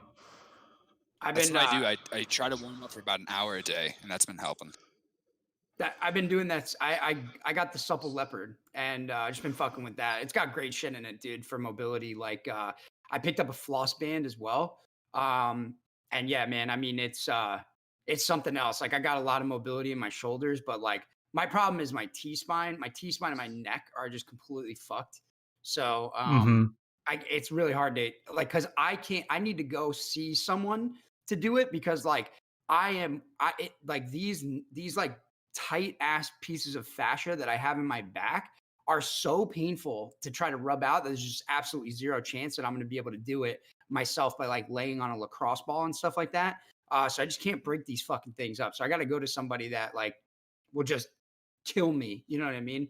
Um, That's what my physical therapist was doing to me, Rob. That's literally what it yeah, came down to. I would go to the physical therapist once a month before COVID hit. I actually have a doctor's appointment right after Thanksgiving break. I'm gonna try to start it back up, but that's a lot of what he would do to me because I get the same thing in my. It's like my upper back to the right of it. I get this like real bad like super tight like knot that ends up going up my back to my neck and then it hits a nerve and like shoots down my right arm. right. So a lot of the times what he would do is like the beginning of it would just be he would be working out those like tight spots and then like doing some mobility checks, functions like that, giving me some stuff to work on. And that was pretty much the majority of like this session was him just like working out those things. No, that was Uh, that the physical therapist that I was seeing, that's what they would do to me too. And they dude sticking all these fucking needles in me all the time, doing that dry needling shit. I'd mhm. wake up like the next day and like I'd be walking around like this for 2 days, and then all of a sudden I'd like regain like it was like I got superhuman powers, dude, after getting the fucking the dry needling, man. The dry needling was dope. It was just painful and kind of weird to have someone stabbing me in the fucking neck with a needle 1,000 times. You know what I mean? Yeah, I only did the ear ones, the like ear needles where they stick them like 10, they stick 5 in each ear and they're Yeah, see, supposed to help pain shit. Like, that's like Ugh. acupuncture shit, but like yeah. I remember, dude. Do you guys remember when fucking when Tyler fucking had us all taught the fucking combat acupuncture? Do you guys remember that? Joe, you I weren't there for wasn't that. there. Woody I was my wasn't there for partner. No. that We were fucking stabbing each other with knives. So funny. Oh my god, that shit was comedy. But I don't know. They say it works. Yeah, they say it does. I don't know. To I me, do. I was like, this shit sucks. I'm good. Didn't work. I'm not going anymore. Like, I was fucking. Yeah, this is I like remember. it's less acupuncture and more the dry needling is like they use an acupuncture needle, but they're like hitting trigger points. I don't know. They know somewhere to like basically stick this needle, and then they do this to the spot over and over and over while the needle's in you, and they just move a little to the left, a little to the right, and it feels like electric shocks. Dude, dude, Kinda sucks. John and I did that to each other in the long course, and then over back at first when we were there. But we were doing it to do nerve blocks on each other. So we started like the wrist, we started the elbow, we went to the shoulder, and then we went Then to the dick. the hip. The hip was the biggest one because when he got my femur, dude, and he was like exactly what you're saying, dude. Like, okay, a little bit to the left, nope, No. that's not it. A little bit to the right, nope, that's not it. A little bit, oh shit, and you zing out, and your whole entire fucking leg is just like shaking. Like, but it was a horrible day, dude. I hated that day. Dude, I'm honestly, I'm Fuck. glad I never went to the long course because I didn't want to do any of that. After all the fucking shit that I had inserted into my body in the short course, I didn't want to go to long Bro. course. I was like, dude, I'm tired, man. I don't have any more holes to give up to you guys. It's been Yeah. through everything I got, give me a fucking break. Oh, dude. Yeah, I did not want to go back there for another 6 months, but I guess in the long run, it worked out. So, No, but yeah. I mean, I could have been a lot worse, dude. Like we know guys that that it was supposed to be 6 months long, and they had to redo the short course and go to the long course. They went through it before. It was like I know 2 individuals. I don't want to say their names, but they That was were part of the there. reason why I got They out. already dude. graduated. Yep. That I was don't blame you, man. because they wanted I me. totally They agree. wanted me to redo everything. They're like, "Oh yeah, sorry you waited too long. The bridge doesn't really exist anymore." And I'm like, Yeah, "You go guys got fuck to find yourself. another dude for this." Yep. I'm not going through entry level training again after I've been in the fucking community for 8 years. Like, Dude, that's ridiculous, bro. Yeah. That is so stupid, dude. Like, that's fucking I'd be out there ridiculous. doing push-ups with Joe, fucking kicking dirt in my face. You're right. I'm like, dude, we were at the same battalion together for 5 years. Nothing's changed, you pig. Now get your face in the dirt. Nah, dude, it was stupid, man. Like, no, that was one of the stupidest things that ever happened in that community, But it was during that time where a lot of people were getting out, not to transition to the military talk or anything like that. But yeah, it was for the better. It was definitely for the better. Yeah. I see you got your war medals in the back, dude. Your kids are gonna grow up and throw them off a bridge one day. I know. I was like, yeah, what should I put up? Well, he's in his little man cave. He's got a gun safe to the right behind him. Looks dope. What is guys that can picture? guess what that with one that is? bullet. I can't What's tell. that? The picture with like Oh. the bullet that I think you're pointing at. Oh, that's a scalpel. Oh, it's And a then that's a scalp- coin. Oh, that's your was that your going away gift as an instructor? Yeah. Yeah. Dude, where's the fucking, Yeah. where's the wounder? Yeah. Yeah, I got to go grab it though real fast. You want me to go grab it? I mean, I wouldn't mind seeing it again. I thing gotta is go to the not- bathroom anyway, so The thing's perfect timing. gnarly. Dude, yeah, that thing's great, bro. Looks like straight up like a Viking axe, dude. Like, Dude, yeah, that thing is God, dude. I've seen it in action many times. It is a brutal, brutal weapon. But yeah, dude, I don't know. That whole injury thing is a fucking pain in the ass, dude. And I think you're right. It's never gonna get better. You guys should check that Supple Leopard out, man. I mean, it's a great book, dude. It has like literally everything you could ever want to do for mobility for every single part of your entire body. I picked up a floss band. I had never tried this before, but have you ever seen like sometimes athletes, mostly like in the CrossFit community, they have like these bands that are super tightly wrapped around like maybe their knee or their elbow. yeah, and they do like squats with them and shit.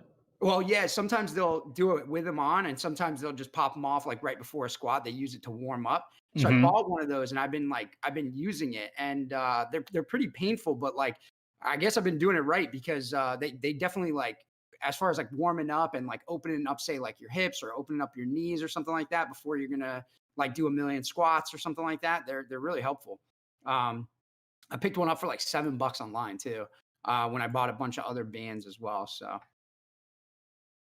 I think I see people in the gym Yeah, using these- those. They like put them around their these- knees or something, and they use them to stretch out, or they'll use them to squat with. I've seen people run with them on the treadmills and shit too.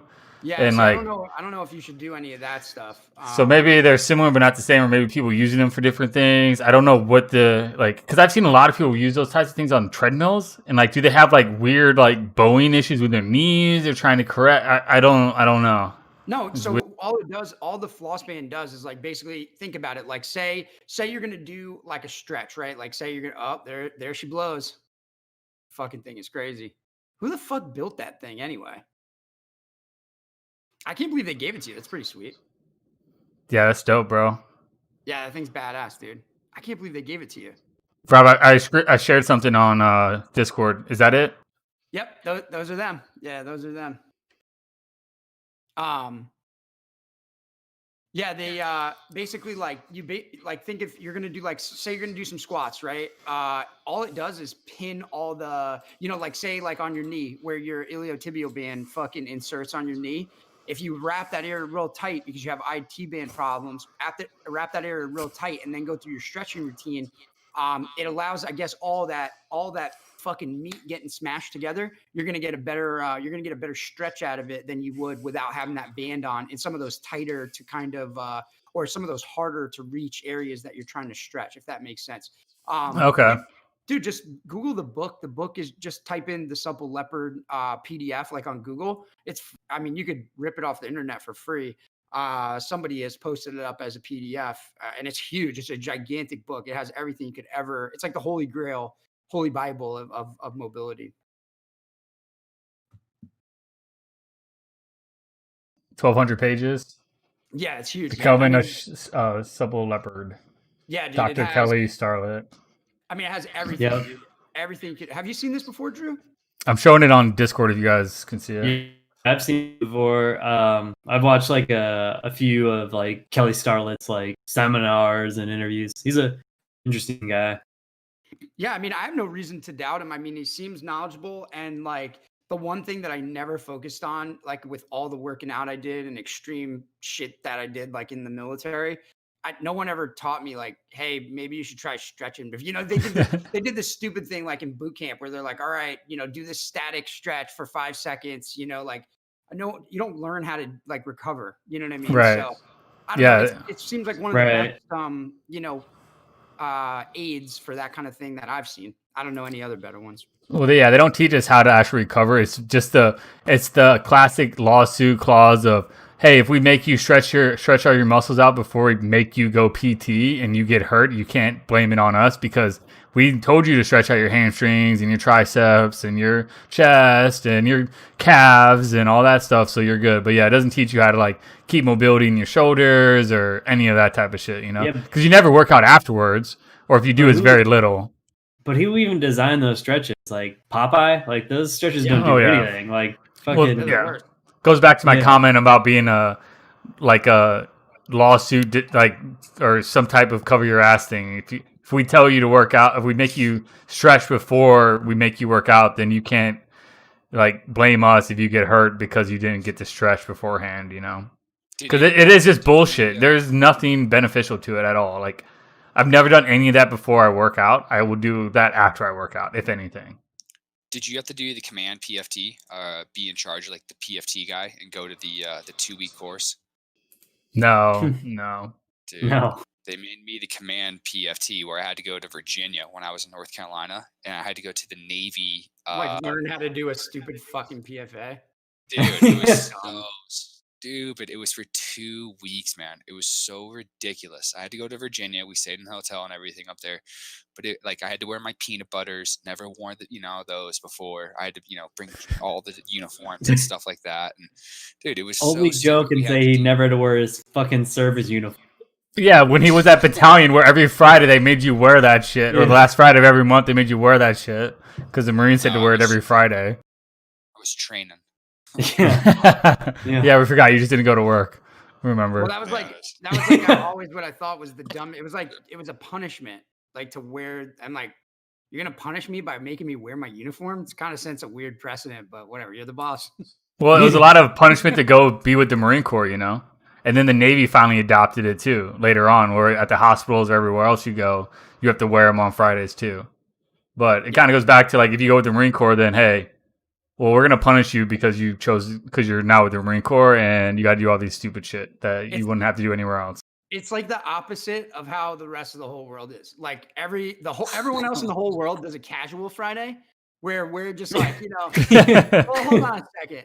Before you guys escape into the weekend and go have a good time, put your fucking dress uniform on and let me make sure it looks good. On Friday, like what the fuck, dude? Whatever. Yep. So that way you look nice and good for safety briefs, Yeah, exactly. That's right. Yeah, it was stupid. Waste of time. But yeah, I don't know.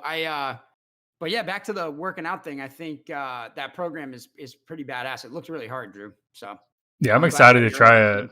Results with it. Yeah. I'm excited. I think it's going to break me the fuck off because I am super COVID out of shape. So it probably will because, I'm not like, I don't have like rhabdo legs where I can't like get up out of a seat, but definitely hurting. Well, they're not called rhabdo legs anymore. They're called Ryan legs now.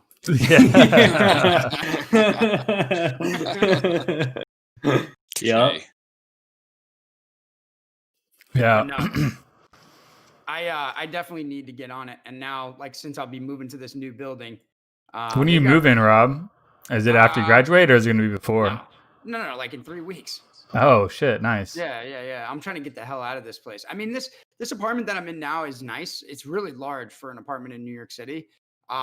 It's just I don't know, man. Like I got the cops called on me that night, like on election night. There's just fucking weirdos that live in the building who like I think, like they're not really because there's a lot of international folks here, they're not really assimilated into like American culture. So like the night of election night, the dude probably didn't know why I was awake making noise, which I don't even think I was really making noise. I had headphones on and talking into a microphone. I'm pretty loud, but anyway, I think that people just don't care about that kind of shit, and they're just like, I need to study, and they call the police on you. So it's just a stupid place to live. And plus, I'm ready to move into a building where everybody, where like, I'm getting like if I got to live in an apartment building, I want it to be a luxury building. I want to have everything. You know what I mean? Right. Because living in an apartment sucks. Especially after having owned my own home in fucking Southern California. It's like, apartment living No, sucks. yeah. That's why I was wondering, because as soon as you move, it's gonna be amazing for you. You're gonna have that way nice to set up. You're gonna have your gym there. You're gonna be able to actually invest in a good PC, is what I'm excited for. Because me, Dude, I'm just counting down the days till Drew, Joe, and Rob and me are all in squad making a super fob. Well, Drew and Yeah, Joe, I'm looking at mine. are gonna build their computers right in time for me to start working on. Yeah, yeah, exactly. Right. Yep. So, I'm gonna be building my computer just in time to fucking start medical school. I mean, Yeah, exactly. What's it school, looking too. like? Any acceptances yet? Anything that you're keeping from us? hang on, let me open up the Excel spreadsheet. How many am I down to? 28 applications left. Okay. No yeses. No yeses. How many did you put in? 42 or 3. Gosh. Okay. Dang. So you got some more to go. So you're not too bad. You're looking Hang good. on. So 33. It's not Talk while worth it, I'm man. Just come to doing the dark math. side with me, man. Just come make rich people richer. Yeah, that's what I would say. If you don't Smartest get into thing med to school, do. just join Rob over in New York. Just get it over and done with. Oh, I think I put 50 in. I'm crazy. Oh, so you're halfway. Yeah, you got half of them to go. Those are just the first ones. lot. Nah, Yeah, you're only halfway. the first half said no. What about USIS? Our favorite medical school. They sent me an email a few weeks ago saying they got all of my stuff, so we'll see. Nice. Damn. Hey, bro, there's always one, right? You gotta go on that rule. There's always one that somebody's got to say yes, right? There's always one, True. It's impossible to go fucking 0, out of what 30. Yeah, It's impossible, dude, I do dude. not want to commission back into the military, but if it is the only way I can be a fucking doctor, I mean, I guess I'll do it. Dude, I was bullshitting around looking You at be a good PA, and if you can get picked up into the PA program, which pretty much is if you get picked up into a PA school, then you can apply, and you'll get paid $70,000 a year while you're in school to be in the PA program too. That's how it is for medical school. They pay you. Yeah, I was like, dude, that's fucking. That's the nicest part is they pay you and you come out debt free. Like that's the best part of it. But then you owe 7 years. Right. Yeah, Yeah. but- There's always a catch, Whatever. That's not too bad though. 7 But- years At as least you go see the a world. doctor. It's like whatever. Yeah. Dude. You're not Yeah, gonna do anything. But Go if to you some cool duty station, you'll be fine. right, if you compare that with doing like what what Rob's last doctor did, where you can do a stint at a UMO, bill it, and then you go straight into your residency. So you do like 3 years at a UMO, bill it, probably just chilling, working out, not doing anything too crazy, and then do the last 4 years of residency. Don't you have to pay back residency though? No, I'm sure. I think you do, but Yeah, I don't thought you know. had to, I'm not yeah. 100%. Yeah, I'm not 100%. I don't know, but you either better way, by not. that point, it's like who cares? Yeah. Well, I'm not going to, I don't remember 100%, but I'm pretty sure I remember talking to our good old friend, one of the doctors that was at, you guys will know who, I'm not going to say his name, but who was at First Recon, and then he was at dive school when I was there. He was talking about how after he went to residency, he was going to have to pay back He loved doing all types of tests on people. He was a very invasive doctor. Well, I mean, the worst. I mean, if I do have to do that, like I get my retirement back. So I get a fat retirement. So I get out, get my retirement, and then Yep. go be a doctor. Especially if you do your residency and you can get a kick-ass job where you can start a private practice or contract on the outside because you're working Dude, like stupid hours, like if you Right. if you go back to San Diego, it's totally worth it. I mean, that would be a total fucking. That would be great. And- You either go to Pendleton, you go up to 32nd, you go down to the Navy side of the house. I mean, there's a lot of good spots where you can be in San Diego, and ride that out, do that residency. That's not too bad at all. Yeah, I Not mean, both. San Diego would be the place to be for sure. Yeah. But the one good thing about doing all this, wasting all my time with the Park Service, is that time all counts towards government retirement. So I'm even closer to Ah. retirement. I would be. I was wondering if that was part of the Nice. reason why you were doing that as well. I don't know if that played into it, but I kind of was like wondering if that was like also a benefit, whether you planned it or just a side effect benefit. Dude, I got an email this summer thanking me for my 10 years of Park Service. Nice.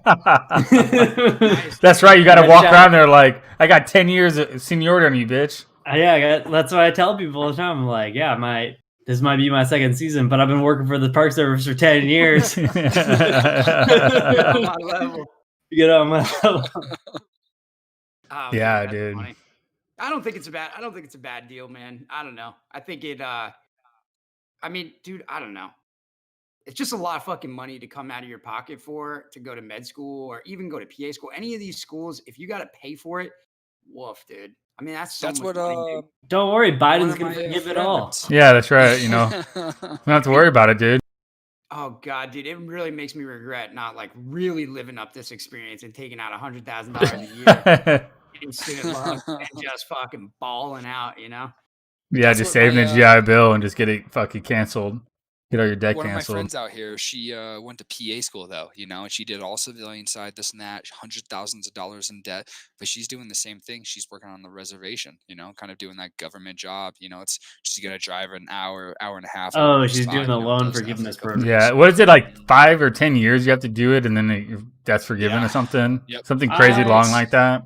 It's like that I long? think- I don't Yeah, think it's that something. long. It's something that's 5 years. essentially long. It's maybe it's not Holy as long as shit. 10 years, but it's at least like 5 years. Where it's not like instant. It's like you better, if you're gonna do that route, pay your bare minimum over like that time because it's gonna take a while. So Yeah, yeah, that's like Yep. how it was for my mom. My mom is a teacher, and you have to get your student loans forgiven as a teacher. You have to work in like a low income area. I think it was for like 8 years or something. Was it's the like Obama state. You era. have to work for like state entities or something like. No, it was all like- low income. It wasn't Oh, anything okay. with like state entities. It was just like you have to show proof that you work in a low income area. And my mom did it for a little while, but like just she couldn't handle it. She didn't like working in those areas, especially because she's not bilingual. So it was really, really difficult to try to even just talk to parents and stuff like that of these kids, because it was in Arizona, so there's a lot of like native Spanish speakers.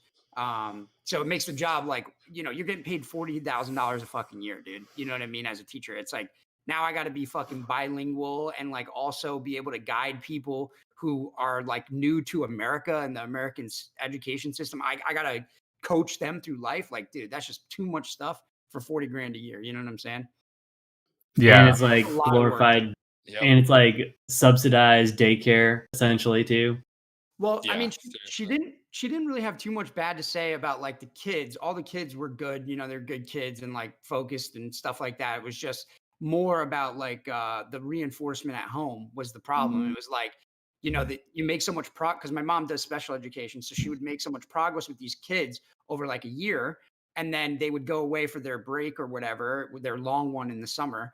And then when they would come back, they would have completely regressed because there was no continuation. And so it's like you almost have to be invasive in other people's lives to try to get them to recognize like what they need to do. And it's just, dude, that's just, you're like a social worker and a fucking teacher. It's just too much work. You know what I mean? yeah, For the pittance that you get paid, Yeah.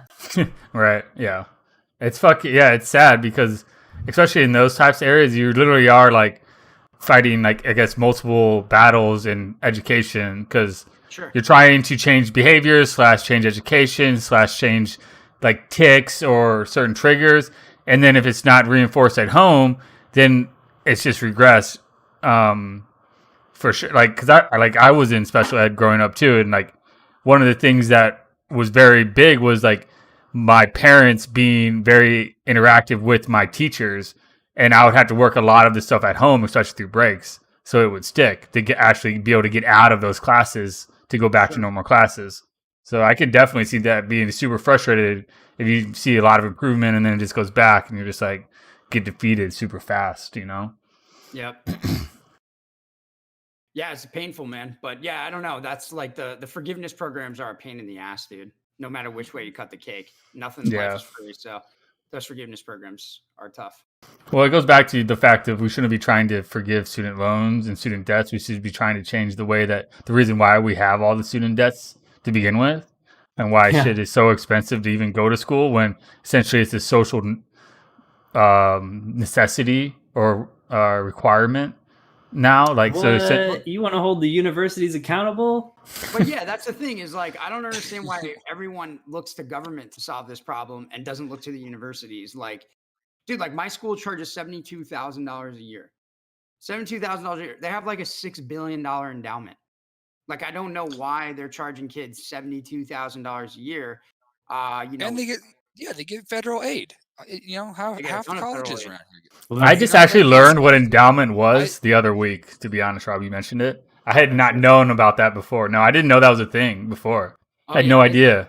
Dude, it's big. I don't know if we want to go into that real quick if people don't know about that, but it kind of blew my mind a little bit because it gave me a huge insight into like how scholarships work and how like funding for like if someone like says I want to give like the founder for Enterprise Rent a Car is from St. Louis. He went to my school, so he like gives a lot of money to us.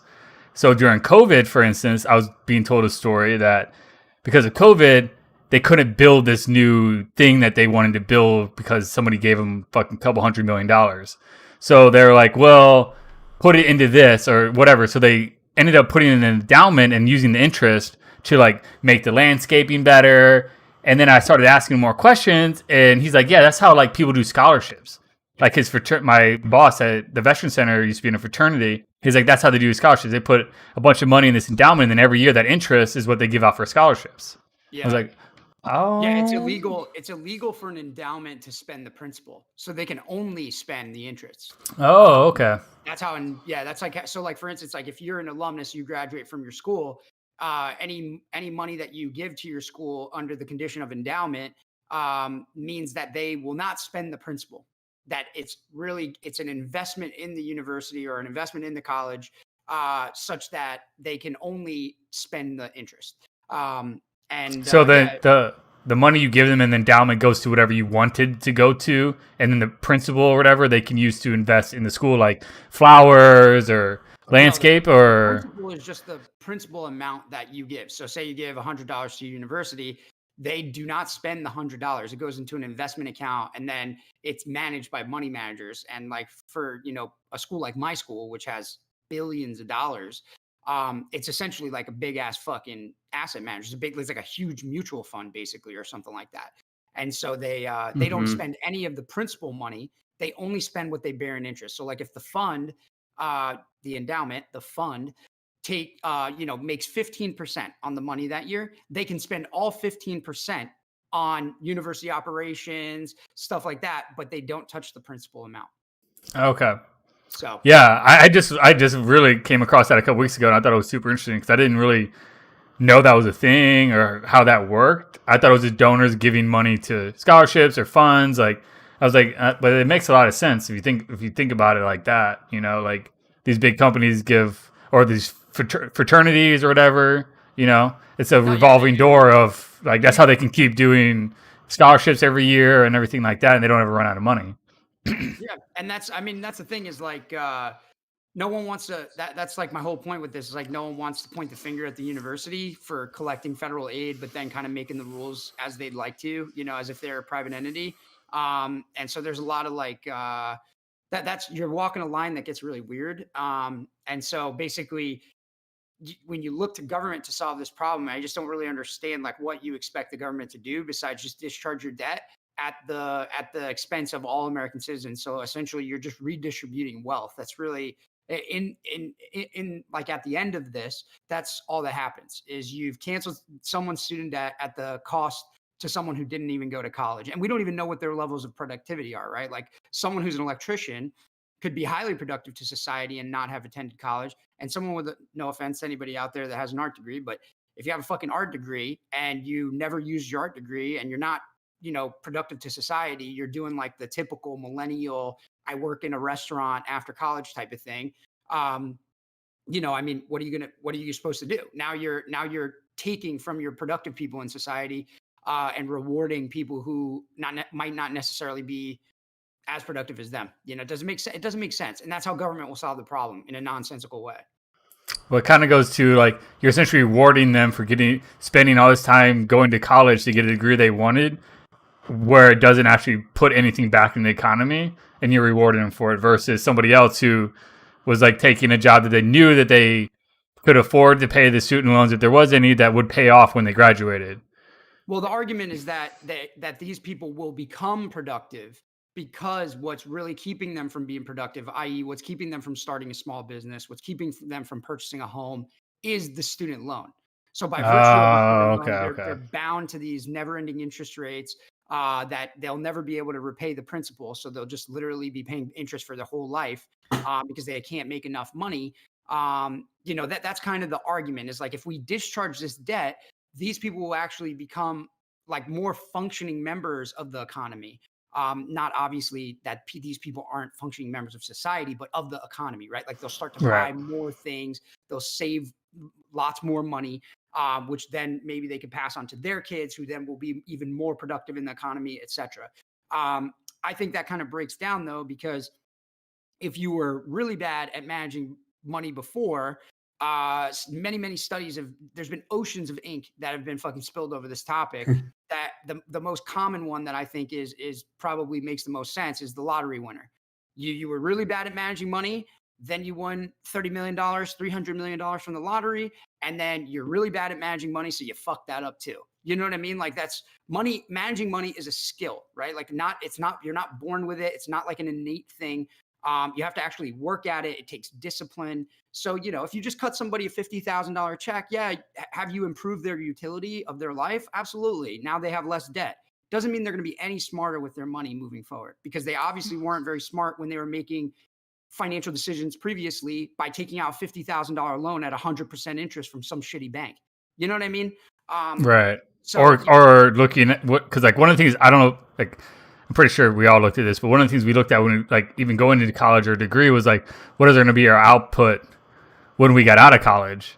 Even though we are in a different world of not having student loans because we're all veterans and we use our GI Bills, so we don't have the student loan aspect. But I'm willing to bet that if we were going to college and paying, we would absolutely be weighing the amount of money we're taking out on student loans versus the amount of money that the interest that our initial job would pay out. Right. If I had to pay for college, there's zero chance I would have went. Well, yeah, me too. But besides that, dude, there's no way I would go if I wasn't getting. Yeah, there's no way. Yeah, but I'm saying another leg of the argument is that people are like, well, this was predatory lending. Like you cut me a loan when I was stupid. Now that I'm a little older and not stupid anymore, not as vulnerable. I would have never taken that loan out. So you loaned to me in a predatory way. Which, that's fine and dandy, but welcome to life, man. Sorry that there's not like a person that walks around with you all day and tells you how to make good decisions. Like, I mean, you learn fucking hard lessons. I mean, in there. Military recruitment or enlistment tends to be predatory as well. So exactly. And then it also is, conversely, you're 100% right. And conversely, it also happens to be one of the greatest social mobility institutions that we have in society, where, a poor kid like me from the Bronx is now attending an Ivy League school. Would have never happened in any other fucking universe if I hadn't joined the military. Yeah, Rob, the fact that no one ever wants to like throw this out there, like too, is like, I don't know if I'm going to throw this out there, maybe you'll hate me for it, but like you got your GED too. And now you're at an Ivy League school. Like, like it's not like you didn't even graduate college and now you're at an Ivy League school. It's possible. And that's what I'm saying. Yeah, it's like, and it's all possible through things like the military, where you have to give something up. You have like life is just a series of trade-offs, right? Like that's why I wanted to study economics, is because it's, in my opinion, is one of the best representations of life. Life is a fucking series of trade-offs. There's winners and losers in everything you do. There's never going to be enough of stuff to go around, right? There's always going to be scarcity of stuff. So, when you make sacrifices, when you make investments, sometimes you should try to make investments in yourself that aren't completely misguided, right? Like why do most kids go to college? They go to college because their fucking parents told them to go to college. You know what I mean? Like, well, where did you think that was going to land you? You were just listening to everybody else, hoping that they were smarter than you. And turns out you weren't too smart. You made all the wrong choices. You know what I mean? So you can't be mad at everybody else, and you can't kind of force everybody else to pay for your mistakes. You should have been smarter than them and thought a little bit more critically about why you wanted to go to college. Right. Or what is going to actually pay off the fact that you went to college. If you're a doctor and you got a huge student loan, but now you're going to be making a good amount of money if you're smart with your money, you'll pay that off significantly quicker than, somebody who goes, I know somebody who was very indecisive in college and transferred schools a lot, ended up getting his master's degree in some kind of, abstract degree of studies. I'm not going to get in detail, but it wasn't like a major field. And now they have like $150,000 in debt without any actual way to pay it off because the degree that they got wasn't really translated into any actual industry. They just went to college. They wanted to play sports. They played sports. Now they have a huge student loan debt. And it was because of the fact that they were more preoccupied with one thing versus the end goal of what is going to actually pay off this student loan debt when I'm out of school. That wasn't a priority then.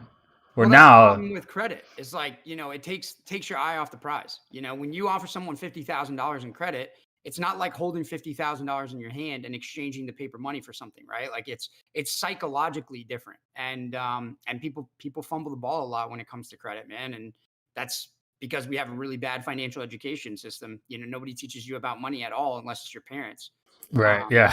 Well, that's the other thing about the entire student loan program, right? Like, so if you have all of these people that have all of these degrees or they've taken all of these loans and they can't get a job and they are the millennial that are working as a server in a restaurant, what are you supposed to do if you can't collect that money in perpetuity? Like, you're just supposed to default on the loan that you gave out because the person couldn't get a job in the field that they wanted. Like, you got to extract something out of them to make it worth the bank to give that money away for the loan. Yeah, and I mean, dude, you kind of hit the nail on the head with it, is because a lot of people say this stuff is predatory because you can never default on it. But that's exactly why the bank structures loans. You can't take away that education, right? Like, if the person goes and tries to get an education and it doesn't work out, you can't just be like, all right, give me that back, like a house or a car or something like that. That's why it's structured in the way. But yeah, I think the banks were predatory in the sense that, like, if I walked into, I don't know, I walked into a bank right now and I said, hey, I'm going to start a company like Amazon, except it's not going to be on the internet. It's going to be a brick and mortar. And I want to compete with Amazon as a brick and mortar store. They would be like, get the fuck out of my bank right now. We're not giving you any money, right? So, like, when you go to a bank and you're like, oh yeah, I go to and once again, I'm not being a douche here, man. Like, at your level of education, wherever you are or whatever you're trying to achieve, I'm not trying to salt that, but I'm saying, like, if you're going to community college with no idea what you want to do, or if you're going to a lower tier university with no idea what you want to do, and you go to a bank and you say, yeah, I'm getting a degree in underwater basket weaving. The bank will be like, all right, sir, here's $100,000 check. That's 8% interest. Here you go. Like, so the bank is at fault for that kind of stuff because they don't evaluate this as a business proposition. They actually evaluate it as, like, how can I trap you? You know what I'm saying? Like, I'll give you enough rope to hang yourself. Which is what they do, so that definitely could have not happened had you had, like, responsible folks at these banks actually kind of doing their due diligence on who they were loaning large sums of money to. So that, I think, can be viewed as predatory. But I mean, I think just discharging their debt or any, like, percentage of their debt because you think it's going to make them more productive in the economy is just really stupid, because you could say the same thing about me. Like, pay off my house. Just pay off my house. I'll be way more productive in the economy. I'll go buy another house. I'll go buy Yeah. 2 cars. I'll go Hey, buy pay off 10 my house right now, dude. I'll be good, dude. I'll go spend way more money because I don't have $1,600 a month in a house payment. You Exactly, know, right? So it's like, why not just pay off my house? I mean, that's a huge chunk of debt, right? Like, I mean, 100, 230,000 for my house. You know, yeah. fucking So isn't that an average student loan in some instances? I don't know where these people come up with the Grads. ideas that they have, like that, that school somehow is different from every other kind of debt. Like, no, it's not, dude. You took out a loan. Sorry. Yeah. Pay your fucking loan. It looks Right. like it's like a personal loan Yep. too. It's like because when I do mine every year with FAFSA and stuff, I go through and like accept my rewards and stuff. You know, like the Pell Grant or Missouri Access Grant or something, and then I have like $30,000 in loans I have to decline. That are these like bank loans that they're just gonna willy nilly give me if I just click yes through UMSL's fucking financial aid tools. I click 2 boxes. Click yes, I get $20,000 in student loans. What are Like those, boom. like Sally Mae? I never looked into them because I never even thought about taking them. But I just know they're always there. I get like $50,000 a semester in potential financial aid that I have to Yeah. go through and like deny every time.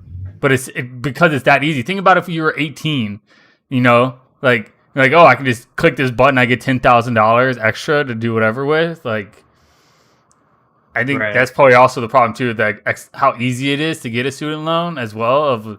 There's no like checks on it. It's just literally Well, click a box. yeah, and then the third side to this whole thing is the cost of university has skyrocketed astronomically. Like, for example, the University of Illinois, I believe, is at like $32,000 a semester, and that's That's a state university for in-state crazy. tuition. In-state tuition is 32. Yeah. That's crazy, man. That's Why? absolutely crazy. Yeah. Why? Yeah. When you go to Northern Illinois University for $8,000 a semester. Well, it's because I'll tell you exactly why it is. It's because they have bloated administrations full of Yep. fucking useless people, full of people who can't even tie their fucking shoes. And they have a person everywhere for everything. Like, I'll give you an example, right? I'm communicating with my school because all of a sudden, because of COVID, my school offers insurance plans, and my school tells me, you don't have a choice. You need to fucking have insurance. And I'm like, I do have insurance. I'm a vet, you know what I mean? And I get my insurance through the government. And basically, they wrote me a letter that said, okay, we're now charging you $1,400 first. This is literally what they said. Send us a piece of paper that verifies that you have insurance. I'm like, what the fuck? What does that mean? A piece of paper? Oh, do you want me to just pull out a piece of paper? Like, I have insurance and fucking send it to you? Like, I don't know what you mean. Like, And what the do you mean a government's piece really of fast paper? at sending that shit. Right. So, like, it's just a very frustrating thing. But then come to find out, like, if I call the office and pick up the phone, it's like a 19-year-old girl who's like making $7 an hour or something to work for the university because, that's like Work her study job or program. who has no clue what she's doing. And then they have all these administrators that are running around that they're paying hundreds of thousands of dollars. They're paying these people a lot of fucking money. Yeah, I mean, that's what I'm saying. They have these young people that they exploit for virtually free labor to man the offices, while all of these administrators are impossible to find, impossible to get a hold of, impossible to work with because they obtun themselves, they bury themselves in levels of just human beings and paperwork. It's really terrible how they do it. But that's why your tuition's so high, is because there's fucking 10,000 people who don't do shit that rely on your tuition for their paychecks. So, the education industry employs a lot of people. Yeah.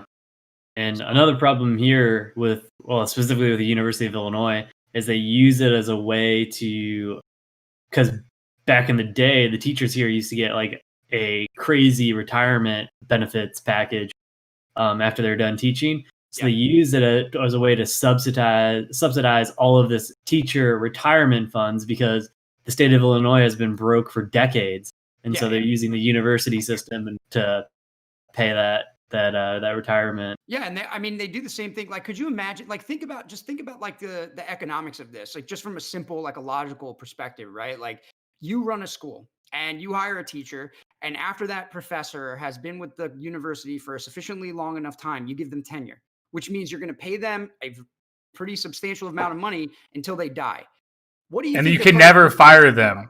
That's You can what I'm never saying. fire them. What do you think their productivity is going to be like? Do you think their productivity goes up after that, or do you think their productivity goes down? I think these people literally, like, at least at my school, I go to a school that is a world famous fucking research institution, right? That's what they're famous for. They're not famous for teaching, they're famous for research. So these people that are coming and teaching classes, it's kind of something that they have to do. What they're really interested in doing is their research. So I don't blame them. Go do your fucking research. But they're the worst teachers in the world a lot of the times, right? Like, more often than not, they're the worst teachers ever. And in my opinion, when you give someone tenure and say, I can never fire you and you're going to collect a paycheck forever, their productivity does not go through the roof at that point. Their productivity now goes down, and they probably do a whole lot less to collect that paycheck. No, dude, Yeah. that's that because my school is a research university, and I've noticed that with a couple of professors, that like you can tell they're just there to do research. That's it. Their office hours are shit. Their response time is shit. They don't care really about their class. It's very cookie cutter. They don't really have any emotion. You can just tell they're not really there to be there.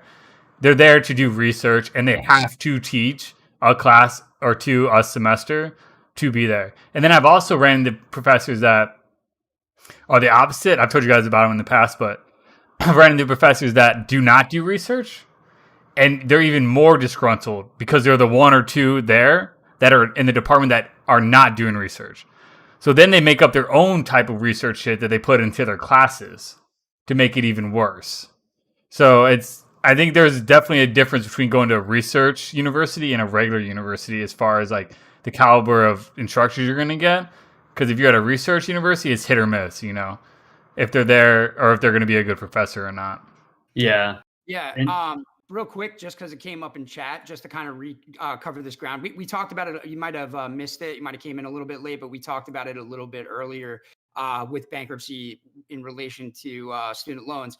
It really is kind of an impossible thing because there's nothing recoupable, right? Like, so like in a bankruptcy, maybe at least they can take a property, maybe they can take cars, they can take something. When you declare bankruptcy, in this situation, it's intellectual. They can't take the brain out of your head. They can't remove the information.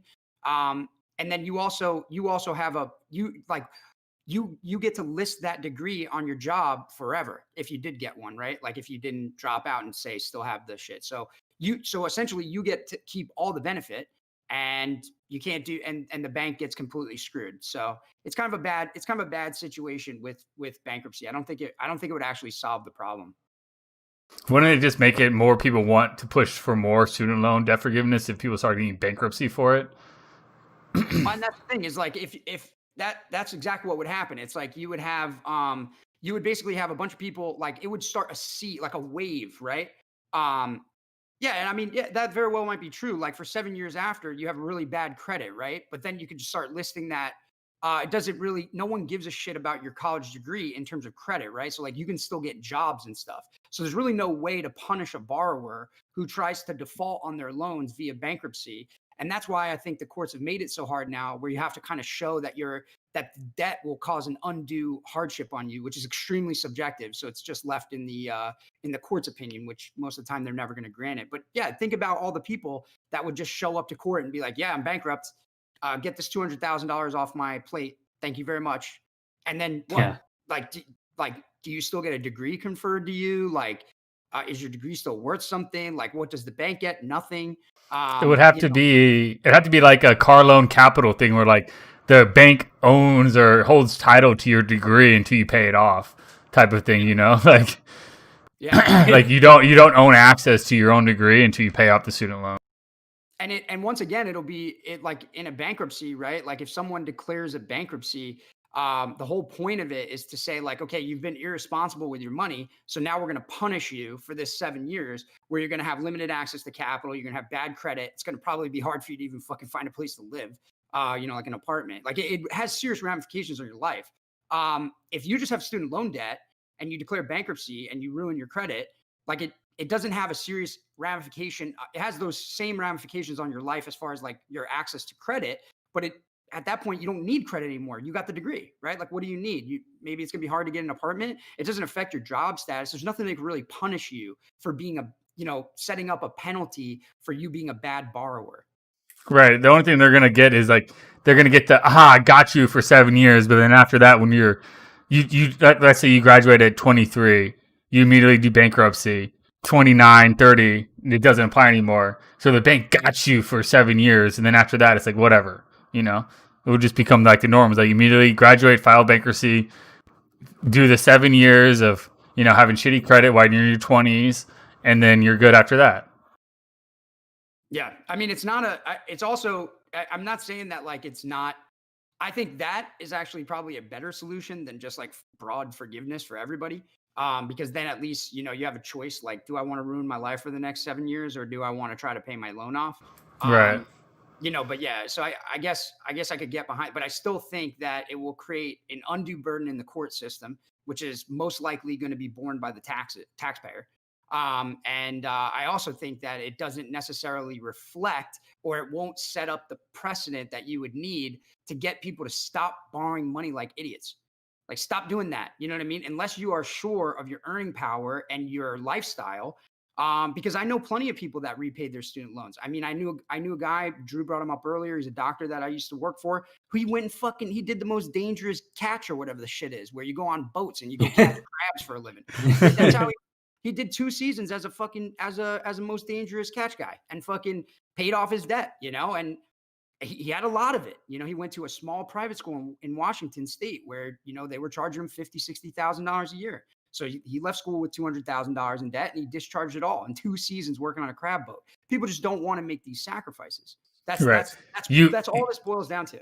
Like, if you have no kids, you have no dependents, you have nobody relying on you, and you're just like, no, I need to discharge these loans because, that was a bad bet I made 8 years ago, 10 years ago, or whatever. It's like, nah, that doesn't work. That's not really, I don't think you get to do that. You know what I mean? Just the same way that, like, if I purchase a home today and then housing prices fell out from under me and I lost $150,000 on my home overnight, is anybody gonna be fucking crying for me?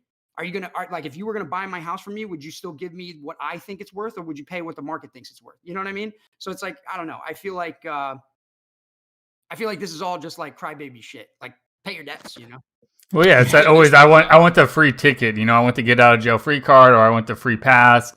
And it's a good argument when you talk about it. It makes people it gets a lot of sympathy from a lot of people on it. So it makes them, if they don't think about it logically and economically and the impacts and a lot of the stuff that we're talking about, it's easy thing for people to just hear real quick and be like, yeah, sure, fuck it. Like, because like I said, why not? People think that once this debt is discharged from them, that they're all of a sudden going to be better at managing money. It's like, right, yeah, or exactly. better decision makers. It's like, maybe your wisdom has increased because you've gotten older. But I don't know, man. Or maybe you made that mistake now and you realize it's over. But yeah, but still though, that's still not justifiable at all. I don't know. It's like the classic, it's like I can make these mistakes and know that someone's going to cover me down the road, so I don't have to worry about it. It's like having your parents to back you up if you fucking, run out of money or something. Well, that's how everything in society is getting too. Like, this whole, like, you can live in your parents' house till you're 26 on their insurance. It's like, yeah. Like, is that really what we want our kids to do? Like, is that the message that we'd like to fucking send to the next generation? Like, don't go get a job, right? Just stay at home, kids, and mom and dad will take care of it all. Like, and then we'll forgive all your student debt. It's just like, I don't know. I'm not convinced by the whole, like, it'll make people, just then you'll get your stimulus checks, and then after that we'll establish UBI, and then we'll all be good. Exactly, dude. I don't know, man. No, it's because it's like you should be looking at this as like, if you're going to college or a trade school or something, you should be looking at it as like, well, what is going to be the best return for my buck after I get done with whatever I'm doing, right? So if you spend 2 years at a trade school, but you only have $20,000 in debt, but you're going to make $60,000 when you get out, or $80,000, versus if you go to a school, for the stature, and you're going to be $100,000 in debt, and you're only going to make $60,000 a year when you get out.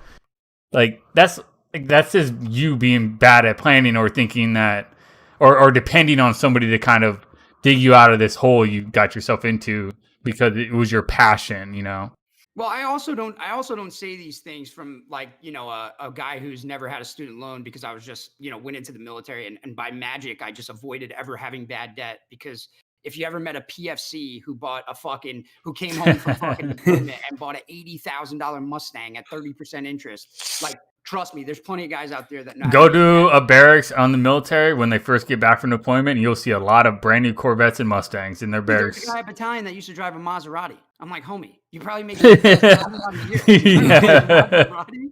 But my point is that like I went through this when me and Brandy got together, and she had a ton of student debt, and all I did was say, hey, look, now we're a dual income, and let's get serious about debt, and we paid that shit off in fucking 15 months, dude.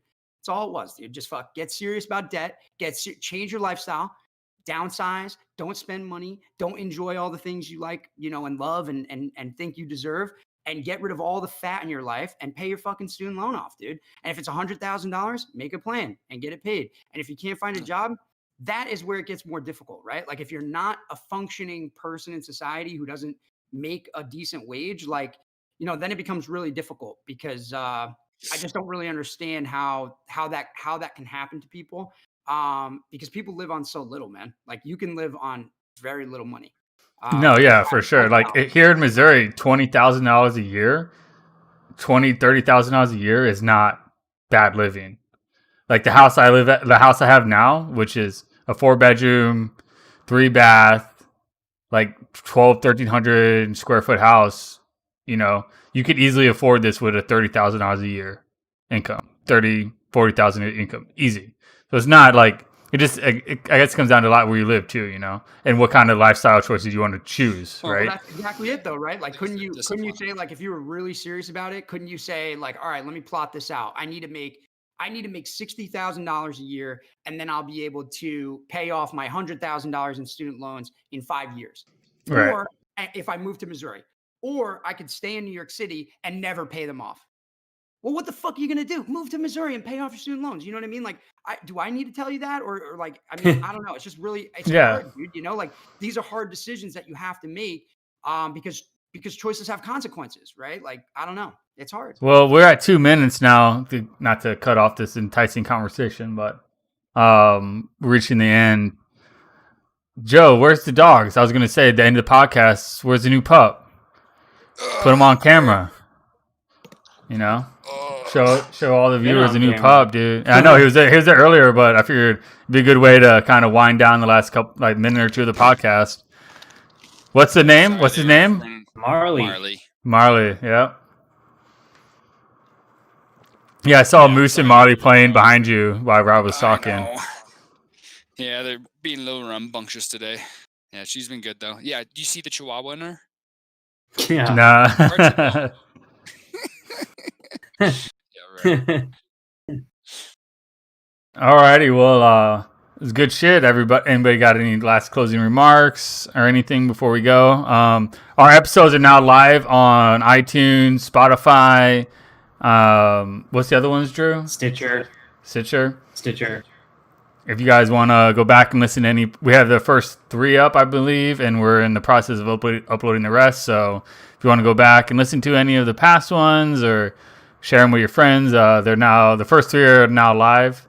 So you can find them anywhere that you find your podcast. Get on there, subscribe, write a review. And if you don't, I'll find you. That's right. Alrighty. We will see you guys next week, same time. Have a good week. Adios. Later, fools. Thank you for listening to Subtle Propaganda. We hope you guys enjoyed the show. Make sure to like, subscribe, and follow us on our social media. You can find our podcast anywhere podcasts are uploaded, which include our pre and post show. We will be live next week at 7 p.m. Eastern. And don't forget to tell us how wrong we were in the comments. See you next time.